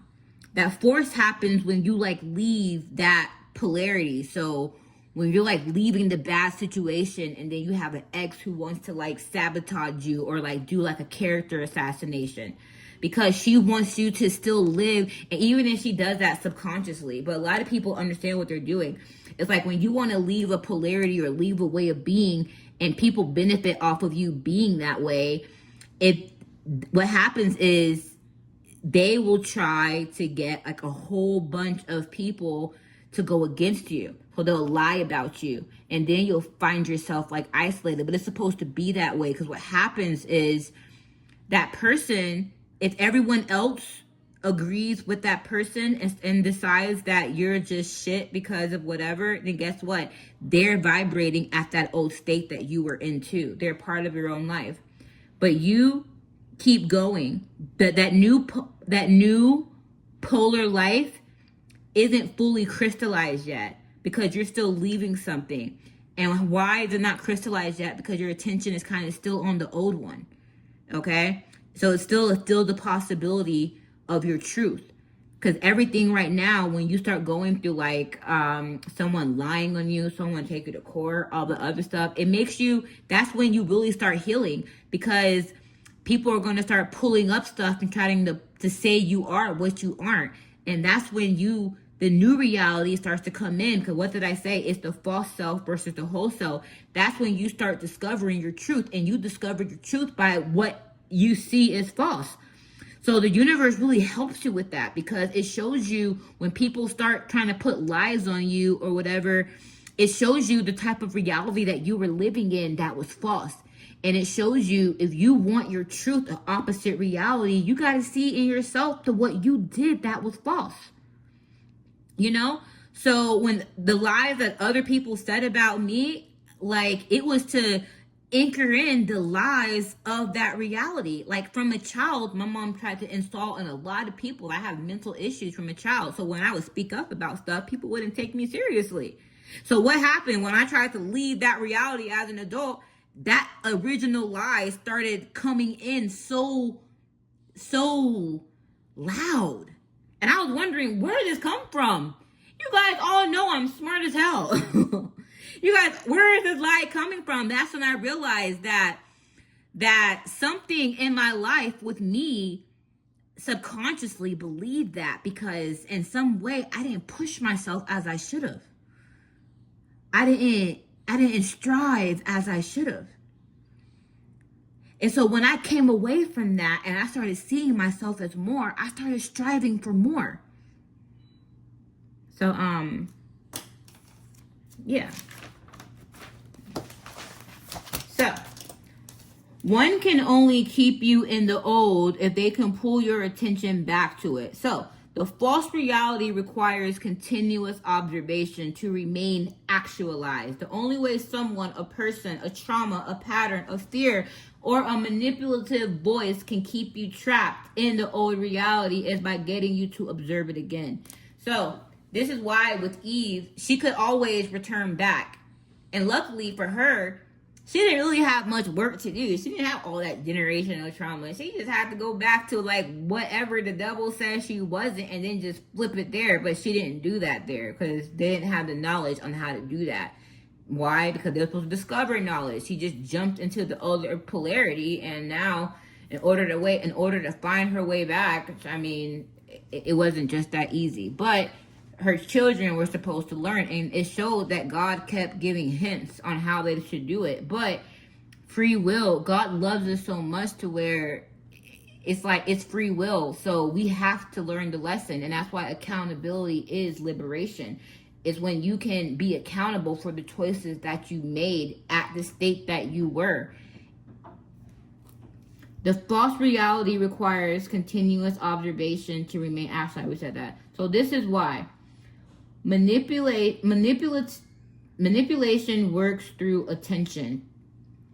Drama, crisis. So this is, okay, manipulation works through attention. So as you leave that false reality, this is what happened. Drama, crisis, urgency, guilt, shame, anger, anything that pulls your dominant attention back to the false reality, the polar field. So yes, when you leave someone, they get dramatic saying, oh, I'm dying. Oh, they try to take you to court. Or they try to make you feel shame of the stuff that you did in that false reality. What you did, the things that you did, they want you to feel shame for it. All right? They want you to be angry. They want everyone to be angry. They want everyone to look at you. Anything that pulls your dominant attention back to the polar field. They don't need to defeat your healing. They need you to look at them again. So for me, people call me cold. But it ain't that. It's just like if I'm trying to live in a new reality and you guys want me to talk about the old stuff, or you guys want it, you guys aren't even apologizing. You're not even doing nothing. You're not doing nothing to even try to meet me where I'm at, to where I literally would have to come down to your state to even deal with you. Then why the hell am I looking at y'all? Why? Triggers operate this way. A trigger pulls your attention back to the wound that anchors the false reality. So that's why even before you get into that new reality, you're going to go through this stuff because it's meant to help you. Things that trigger you are meant to show you that the wound still exists so you can heal it. The trigger isn't the problem. It's the observation of yourself through the trigger. So for me, I told you that people wanted to really anchor in because of how smart I am, that I have mental issues, that I'm not really just spiritual. I'm just not living in a grounded reality. It's like, how the hell am I able to take care of 4 kids by myself, no government assistance, no child support for forever, even when I was with my children's fathers, and deal with a complete character assassination, everyone not wanting to work with me, everyone thinking that I'm a bad person, run my business that was sabotaged, build another one, learn all these high-ticket skills, heal my money wounds, learn how to save money, and learn all this stuff, grounded to where I'm able to teach people, and just still showing up in a relaxed state. How am I able to freaking do that while homeschooling? I didn't wish for my life to be this hard, but honestly, me loving myself and choosing no abuse means that I have to be alone, and it shows you how much everyone was in some way abusing me, and I don't accept that. Anyways, but all those triggers, like that big trigger of them trying to put me in a mental institute, which even the mental institute wouldn't even hold me for more than a couple of days because they even saw that I didn't even belong there. A trigger pulls your attention back to the wound that anchored the false reality. So the trigger isn't the problem. So the character assassination wasn't even a problem for me. It would have been a problem if with all of that compounded force to get me to submit to whatever they wanted to say about me, if I would have observed myself as a problem or as what they were trying to say, then I would have accepted that, and then that portal would have been open, and I would have been an energetic match for whatever attack they tried to do. The observation of yourself through the trigger is the problem. Some part of you starts observing this old self again, and the old reality begins recollapsing. So then they want to bring that. So then when they can get you to observe, so let's say like if they want to like set you up on something and to where they have control over you again, what they do is they put so much force on you to get you to react to it and then to believe it. Because for me, it was very hard. They tried to get everyone in my life to believe it to where I was no one. So that way, if everyone believes it, then obviously there's some truth to it. And then if there's some truth to it, then that means that they can get me to operate in a controlled state, put something on me, take me to court, institutionalize me, something to put me into a trap again to where I am acting in a way to where they can benefit from me like they did when I was in that polar reality. So the observation of yourself through the trigger is the problem. Some part of you starts observing the old self again, and the old reality begins recollapsing, which means it starts to manifest again. So me, everyone's like, oh, she's cold. Dude, I love myself. I love the fuck out of myself. That's what y'all see. You see a reality to where I didn't love myself, and you see a reality to where I love the fuck out of myself. That's what you see. Self-sabotaging. A part of you still observing the wounded self pulls dominant attention back into the polar field at moments of breakthrough. The new reality starts to crystallize and you flinch, observe yourself through the old lens again, and then the new collapse stalls. So right when you get through all that stuff, you have the new life was waiting for you right there. But then some of you might feel like you're unworthy of it, that you might belong in the old one. It stalls. And then then you kind of stay back into the old reality. So that's when you're like tethering. So this is why you cut cords. Cords are sustained co-observation channels. Co-observation channels. So other people who are connected to you that are benefiting, that are in the old observation, even at a distance, sustained energetic observations maintain the shared collapse. So if I was still connected to those other people who benefited from me in that means that reality still exists, but they're observing it for me. I don't have to observe it because they're connected to me. It means it is now a co-observation. So it doesn't matter how far away I am, no matter how much I build. If they're observing that, then they're able to still keep me in that energetically. I'm telling you, physics has like all the answers. People don't want to like put the spiritual and the physics together, but it's okay. I can put it all together myself. Anyway, so let's see. Even at a distance, sustained energetic observation maintains the shared collapse. Cutting cords is withdrawing the observation channels entirely so the new reality can fully crystallize without interference. So, in order for me to be here where I'm at right now, everything all had to go. And I'm not saying you got to do stuff as drastically as me. I'm not saying that. But my situation was drastic. I've been lied to from birth. I've been abused my whole life.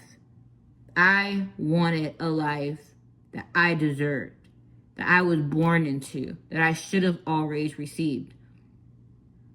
And I couldn't rely on anyone to give me that. I had to give that myself. Now, if you live in that type of false reality your whole life, then unfortunately, the people that you manifest along the way are attracted to that old part of you. So that's why in business, sometimes like when you do stuff with like the people who you grew up with, when you start to change and stuff, you're going to kind of let a lot of people go and bring in the new people that's aligned with you. So it's not saying you got to let everything in your life go. You just got to let the identity of the person who chose go.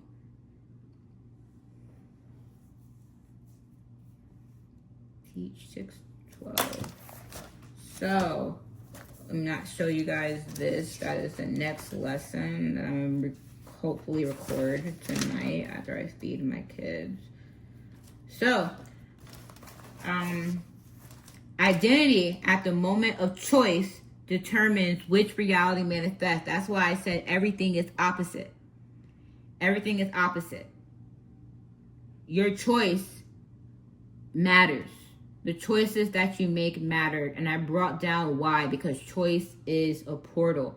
Choice is the portal, and the choice is made from the believed state. The universe responds to the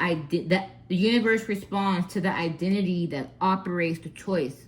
So if you want a manifestation, it's going to respond to the version of you, the false version of you or the whole version of you. That's where you do the work right there. So as you start signing these contracts now, hopefully as you move forward, as you create new partnerships, as you want to manifest better in your life, you're going to start looking at yourself first. First, you look at yourself. Then you look at who's presented in front of you. But everything comes back to self. Leading. Before I taught you about navigating the terrain, I told you about, like I said, when people come into your life or you get an obstacle that tries to block you from moving forward. Illusion of necessity. Okay? But it's also, how do you move forward? What identity are you moving forward from? Because as you move forward, you're constantly choosing. When you choose what to remove, you're choosing what doesn't align with who you are now. That's why I'm going to reteach that lesson again. I'm also going to reteach the power of zero. I'm going to have like a whole new cool lesson for that coming up. Okay? There are opposite principles. And choice itself is the gateway.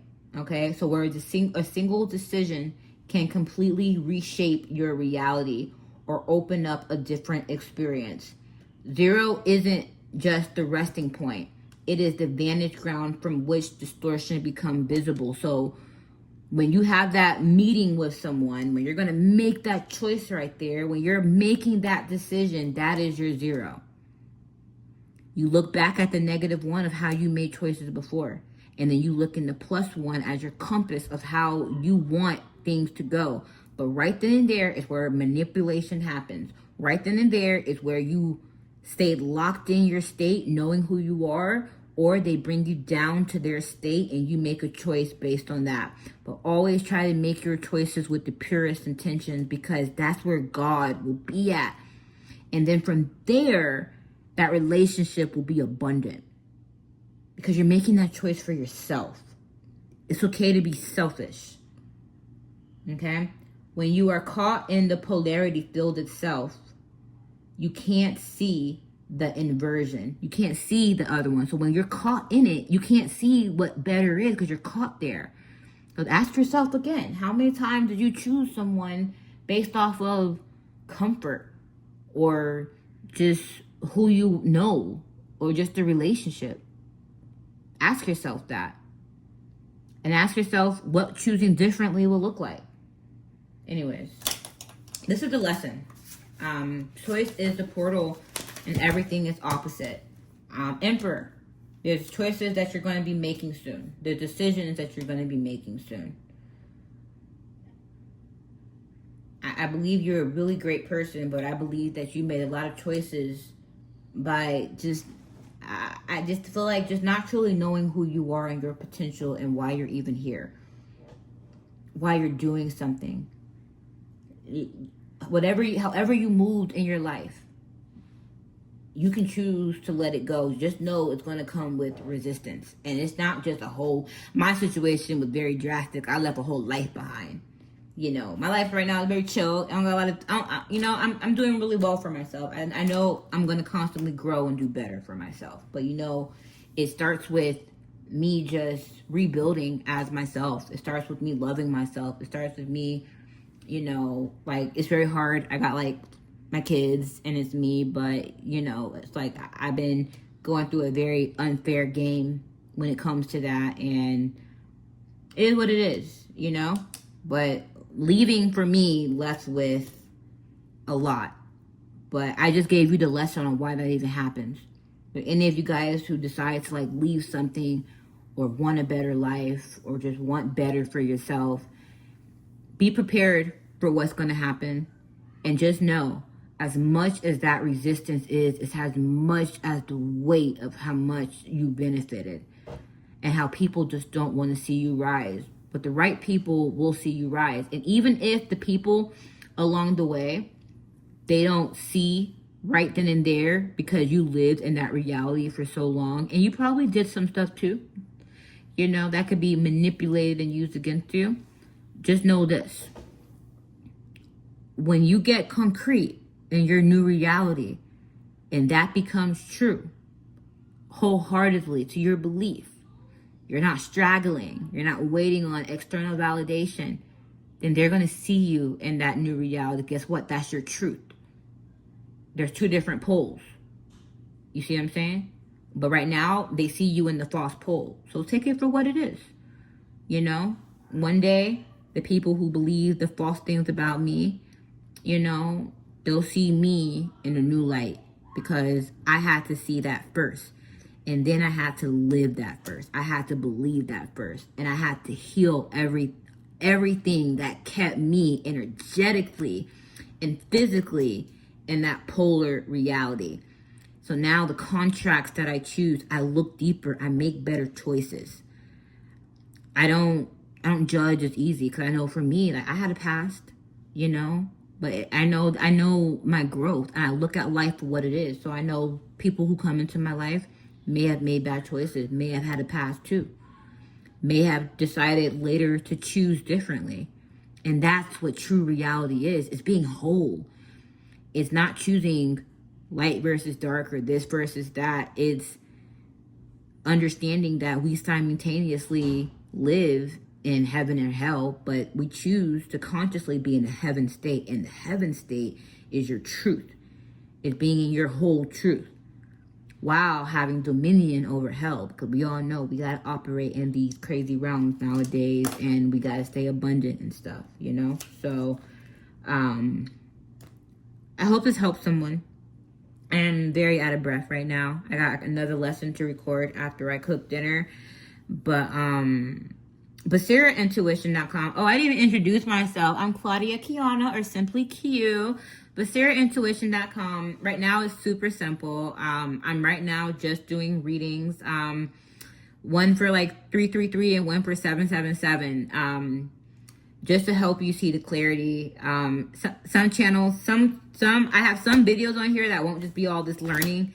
They'll just be me like channeling. I love tarot, no matter what you guys want to say about it. I love it. So you'll see some cool readings with that. If you do want ongoing readings, I'll advise you to just email me or just join my Patreon highest tier, because it comes with a free monthly highest tier 777 reading. And then just more exclusive stuff. You will have actual personal access to me on my Discord, to where we can just like talk. Yeah, but other than that, it's a pleasure to kind of like share my story a bit. Like I'm a little shy. So, my story is data. So before it was always something that just was, but before it depends on, like I said, but it's all about the identities. I think before I used to like tell my story, my identity was trying to just prove to people what I went through, but we all got a story. So when you take accountability for yourself, you don't really got to prove nothing to people. Your story is your story, and my story is just the foundation for how I know all this stuff. I was really invested in reality and how to really change my life. And then how to really ground it to where I could help others do it. So now my story isn't just needing to be heard. I don't give a damn about that, because sometimes when you need to be heard, that's just really a part of you that needs to hear yourself. So now my story is data for what happened to me and how I changed. And I can kind of use different tools that already exist, like physics, quantum mechanics, theology, mysticism, all these different things, and create just a very elaborate perspective for you guys to paint a picture that is truly incredible for any type of learner out there. So we're not just stuck on belief systems or what story is real, but how we can actually use these stories as actual mechanics and leverage them into our own healing journey. So with that being said, I'll see you guys later. Bye.